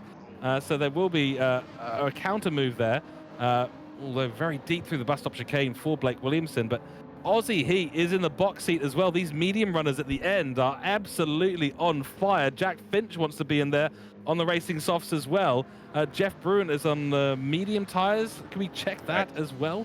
He's on the medium tires, so both Hasel1 and Booster Blake, who looked on for a battle for P3, are potentially staring down finishes in P5 and P6 in this race. Jack Finch wants the maneuver. He's tried it a number of laps in a row, and it hasn't worked out. Jeff Bruin too good at defending into turn 1, and does so yet again. Hasel1 is the next in line, and Jeff Bruin may be thinking, you know what, let's just do this. We'll make a maneuver. Aussie Heat is now going to be on the attack of Blake Williamson, and nothing really that Hasel1 can do about this. He's been hassled right out of podium contention. Oh, yeah, he absolutely has. He's thrown himself to the sharks there. Again, I hate to harken back to it. You hate to be negative, but he will be ruining that decision not to work with calculated risk at the start of the race and only deciding to work with one of the drivers later on, because it's all backfired on the exit to the second horseshoe. He finds himself side by side with Bruin. And I'll tell you what, if Bruin goes through, Finch will be absolutely through there as well. Oh, there's a bit of a wiggle there from Aussie Heat. He still managed to mount the banking part of the track quite succinctly, but he did have a bit of a wiggle. In fact, if we jump on board, we can see just how quick this little Ferrari that can, it certainly can. And he's bump drafting his way, and he's going for it around the outside. No, he's not. So he's bump drafted there. Very good. Yeah, see, that's working together. Oh, so we've got a three-way battle here as Hasel1 almost gets the move done. Bruin is in front. Oh, and he's tapped him. The GDR has managed to hang on to that there. Oh, and he's picked up a penalty for his troubles. Hasel1 penalty free, and Jay Finch is guaranteed to get himself a position now. Oh, or is he? Sorry, because it doesn't. Half a second. It's small. Half a second doesn't make a big impact, you know, and Jeff's on the medium tyre. He'll be able to recover that. And honestly, I think that might be one to the stewards, because Jeff Bruin was the one that was hit. But because he was sent off track, the game engine says, you know what, I'm going to give you a half-second penalty. Yeah. Through goes Jack Finch. There we go, 2 for 1. Grabs the deal of the day. And through goes Jack Finch ahead of both Jeff Bruin, who's just served that penalty, and Hasel1, who's suffering on the hard tyres. Nothing Hasel1 can do now. It's all up to Jeff Bruin. Can he get past the soft running Jack Finch? There's Blake Williamson defending down the inside line of the first horseshoe from Aussie Heat, who wants to make the maneuver on the infield, which is where the Ferrari is going to have the advantage. And we're only 3 minutes from the end of this race, so it's all up in the air. Apart from P1 and P2 right now, this is going to be it. That Jack Finch, that is Aussie Heat, tries the inside line. I tell you, Blake Williamson is driving aggressively to defend because he doesn't have the tyre to continue this battle for very long. Sorry, George, did you say the battle for P1 and P2 has been decided? Yeah. Just waiting for your humble pie to finish up heating up in the oven. I'm looking at the wrong part of the map. I'm looking at the wrong part of the map. There's two cars that are very close just gone through the bus stop. I thought that was the race leaders. It is not. There is still a bit of a gap between them. Yeah, so I've been your oven's up to undone by temperature, right? overastute observations. Yes. Get the oven mitts ready. I think you'll be taking that humble pie out of the oven very soon. There's still an opportunity there. There's still an opportunity there, but let's keep an eye on P3. Boosted Blake and Aussie Heat. These guys are in a scrap of the ages right now for this final podium position. Boosted Blake will really want this for Hooncorp Esports. Be a massive amount of points for them in this lobby regardless, because Jack Finch is right there in P5. Another squiggle from the Ferrari. I don't know what that's all about, but he is certainly trying his best. Will it be a move into turn one this time? He's solidly in the slipstream. The Ferrari, the car with probably the best advantage in terms of the braking zones and the acceleration, and certainly in terms of the grip. He's going to try around the outside. It's going to be a big braking maneuver. Blake Williamson actually forces him wide and offline. Blake is very deep into the corner, and Aussie Heat is going to be absolutely fuming with that one. Yeah, he is going to be less than impressed. He was showing the doorman showed him off the premises rather promptly. He's managed to gather it back up. He's not had a spin, but it will not matter a jot. He might as well have had a spin for all he cares at this point in time, because that is now a much bigger gap between him and Boosted Blake, and a lot less tarmac time to try and overturn it before the end, because we are on lap number 27. Brune and Finch behind, and Finch's tyres, safe to say, they've gone full lemming. They are now off the cliff. Will the hard-running Hasel1 finally get himself a break on the banking and find himself back up to 6th late on in the race? Expat, I think, is certainly keeping calculated risk honest. Into the bus stop chicane, the hard driver, 1 minute 48.4, so he's found another 6/10. He actually went as slow as 1 minute 50 on lap 24, whereas Expat has been consistently in the 48, so he is consistently quicker, but his pace is dropping off as well. His fuel is dropping off as well, George. It is absolutely well played by calculated risk. I did wonder at the start if opening on the mediums was not the best strategy, especially with everyone pitting at the same time, but if everyone pits at the same time, then any tyre advantage is negated, and that one extra lap from calculated risk has held him in phenomenal stead, because you've got to think to yourself, maybe one more lap after this one, and Expat is in with a decent shout with the lap times that he's setting at the minute. Certainly is, and now final lap of the race, we just got the 28th lap by about 3 or 4 seconds, so it was pretty close. If calculated risk had gone any slower, he would have been there, but this battle now over because the time has elapsed. So Boosted Blake holds on for P3, Aussie Heat 4th, Jeff Bruin 5th. Jack Finch will be leading AM class. Looks like, yeah, Mark Hasel1 wasn't able to get up ahead of him. So a disappointing one for Mark Hasel1, that is for sure, as he started right there up on the top of the grid, but it's not worked out from RPM 8th, Chip Berry 9th, Blue Dog in 10th. Troy Britnell recovers to 11th, Hogues in 12th, Ruzzy 13th. I think he's been in a battle. These guys are actually on the final lap as well. Yes, they are, because they're relatively far back. So they're still technically battling, but a victory lap here for Marcel Albertin. He's only got the bus stop chicane and the final banking corners to navigate for the remainder of this race. And Joe Rudinsky, what a great recovery in this race. He played it safe at the beginning, didn't get too involved in scraps, but when the time came to pounce, he pounced, and he pounced hard and fast. And he did the job that he needed to do, got himself to 2nd position. But at the end of the day, today is all about Marcel Albertin. He's put Black Rose Racing right at the top spot on a strategy that worked out wonderfully. He stayed out there for a number of laps. I think it was 3 or 4 laps longer to save fuel, started on pole position, has gone to the end unchallenged, essentially, all the way through. What a race. And that pit stop was mega from him. He takes the checkered flag. Marcel Albertin is your race winner in Group B and the Pro-Am winner today as well. What a brilliant race from the Black Rose Racing car. And I think we're just about ready to go over to our points and get a little look at where things did end up panning out. Although we did get a fairly good look at that, admittedly, at the end of that race, due to the way that things all panned out, the checkered flag and the timing. Marcel Albertin, what can we say? P1, qualified on pole, got P1 at the race, excellently done. Joe Rudinsky P2, then Blake Williamson picks up that third position. The hotly contended third position in this race, contended with a number of drivers, Hayden Jones and Jeff Bruin included in that. Of course, that's Aussie Heat for those of you who are wondering. Hayden Jones. Mark Hasel1 P6, a disappointing race for him. Mitch Collin DNF, and no Richard Robinson today in the Pro-Am category. Over in AMS, this is how it looked. Jack Finch back on top. And what a race for him. He needs these points to stay in it in terms of the driver standings. So great finish for him, and a couple of extra points as well for finishing ahead of some of the Pro-Am drivers. Bob Massey for Mad Turtle Racing picking up some much needed points for Mad Turtle Racing, especially on the back of such a successful day for HoonCorp Esports in the Pro-Am and Am categories. Chip Berry picks up third position for Black Rose. So what a race result for Black Rose today. A P1 in Pro-Am, a P3 in Am class, one of their best results of the season. Graham Splint for Gridline Racing, just ahead of Troy Britnell, Mark Hogan, Wade Russian, and Ben Blaker, who did not race today. Right, John, give us a quick summary, but your thoughts on Driver of the Day, please. And I'm wondering if it's not going to be much of a conversation about Driver of the Day. Yeah, well, so I think Driver of the Day, I mean, in summary, Daytona does not disappoint. Group B does not disappoint. MotorMotion E-Series does not disappoint. So, yeah, a wide variety of strategies. I'm going to have to end the Pro-Am, sorry, I'm bringing the names up just to remind myself. Marcel Albertin ran the perfect race. He got the strategy absolutely spot on, and he carried it out to absolute perfection. And in the Am split, I'm going to give it to Troy Britnell.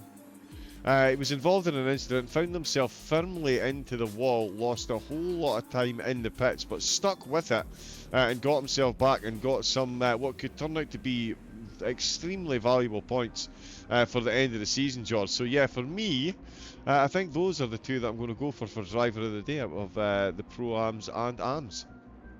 Fantastic. I'm going to keep it simple today.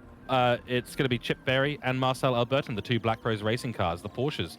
Wonderful job, P3, P1. So I guess my Driver of the Day is Black Rose Racing overall, but certainly Marcel Albertin. What a race today. Qualified on pole, gets the race win, executed the strategy beautifully. You know, what can you say? Right, let us know in chat who your Driver of the Day is for Group B.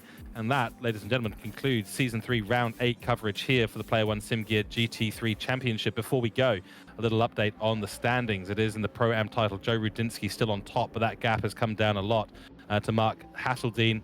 253 points for Joe, 242 for Mark, and then Marcel Albertin has thrown himself in contention for Pro-Am title for this season because he's now only 7 points behind Mark Hasel1.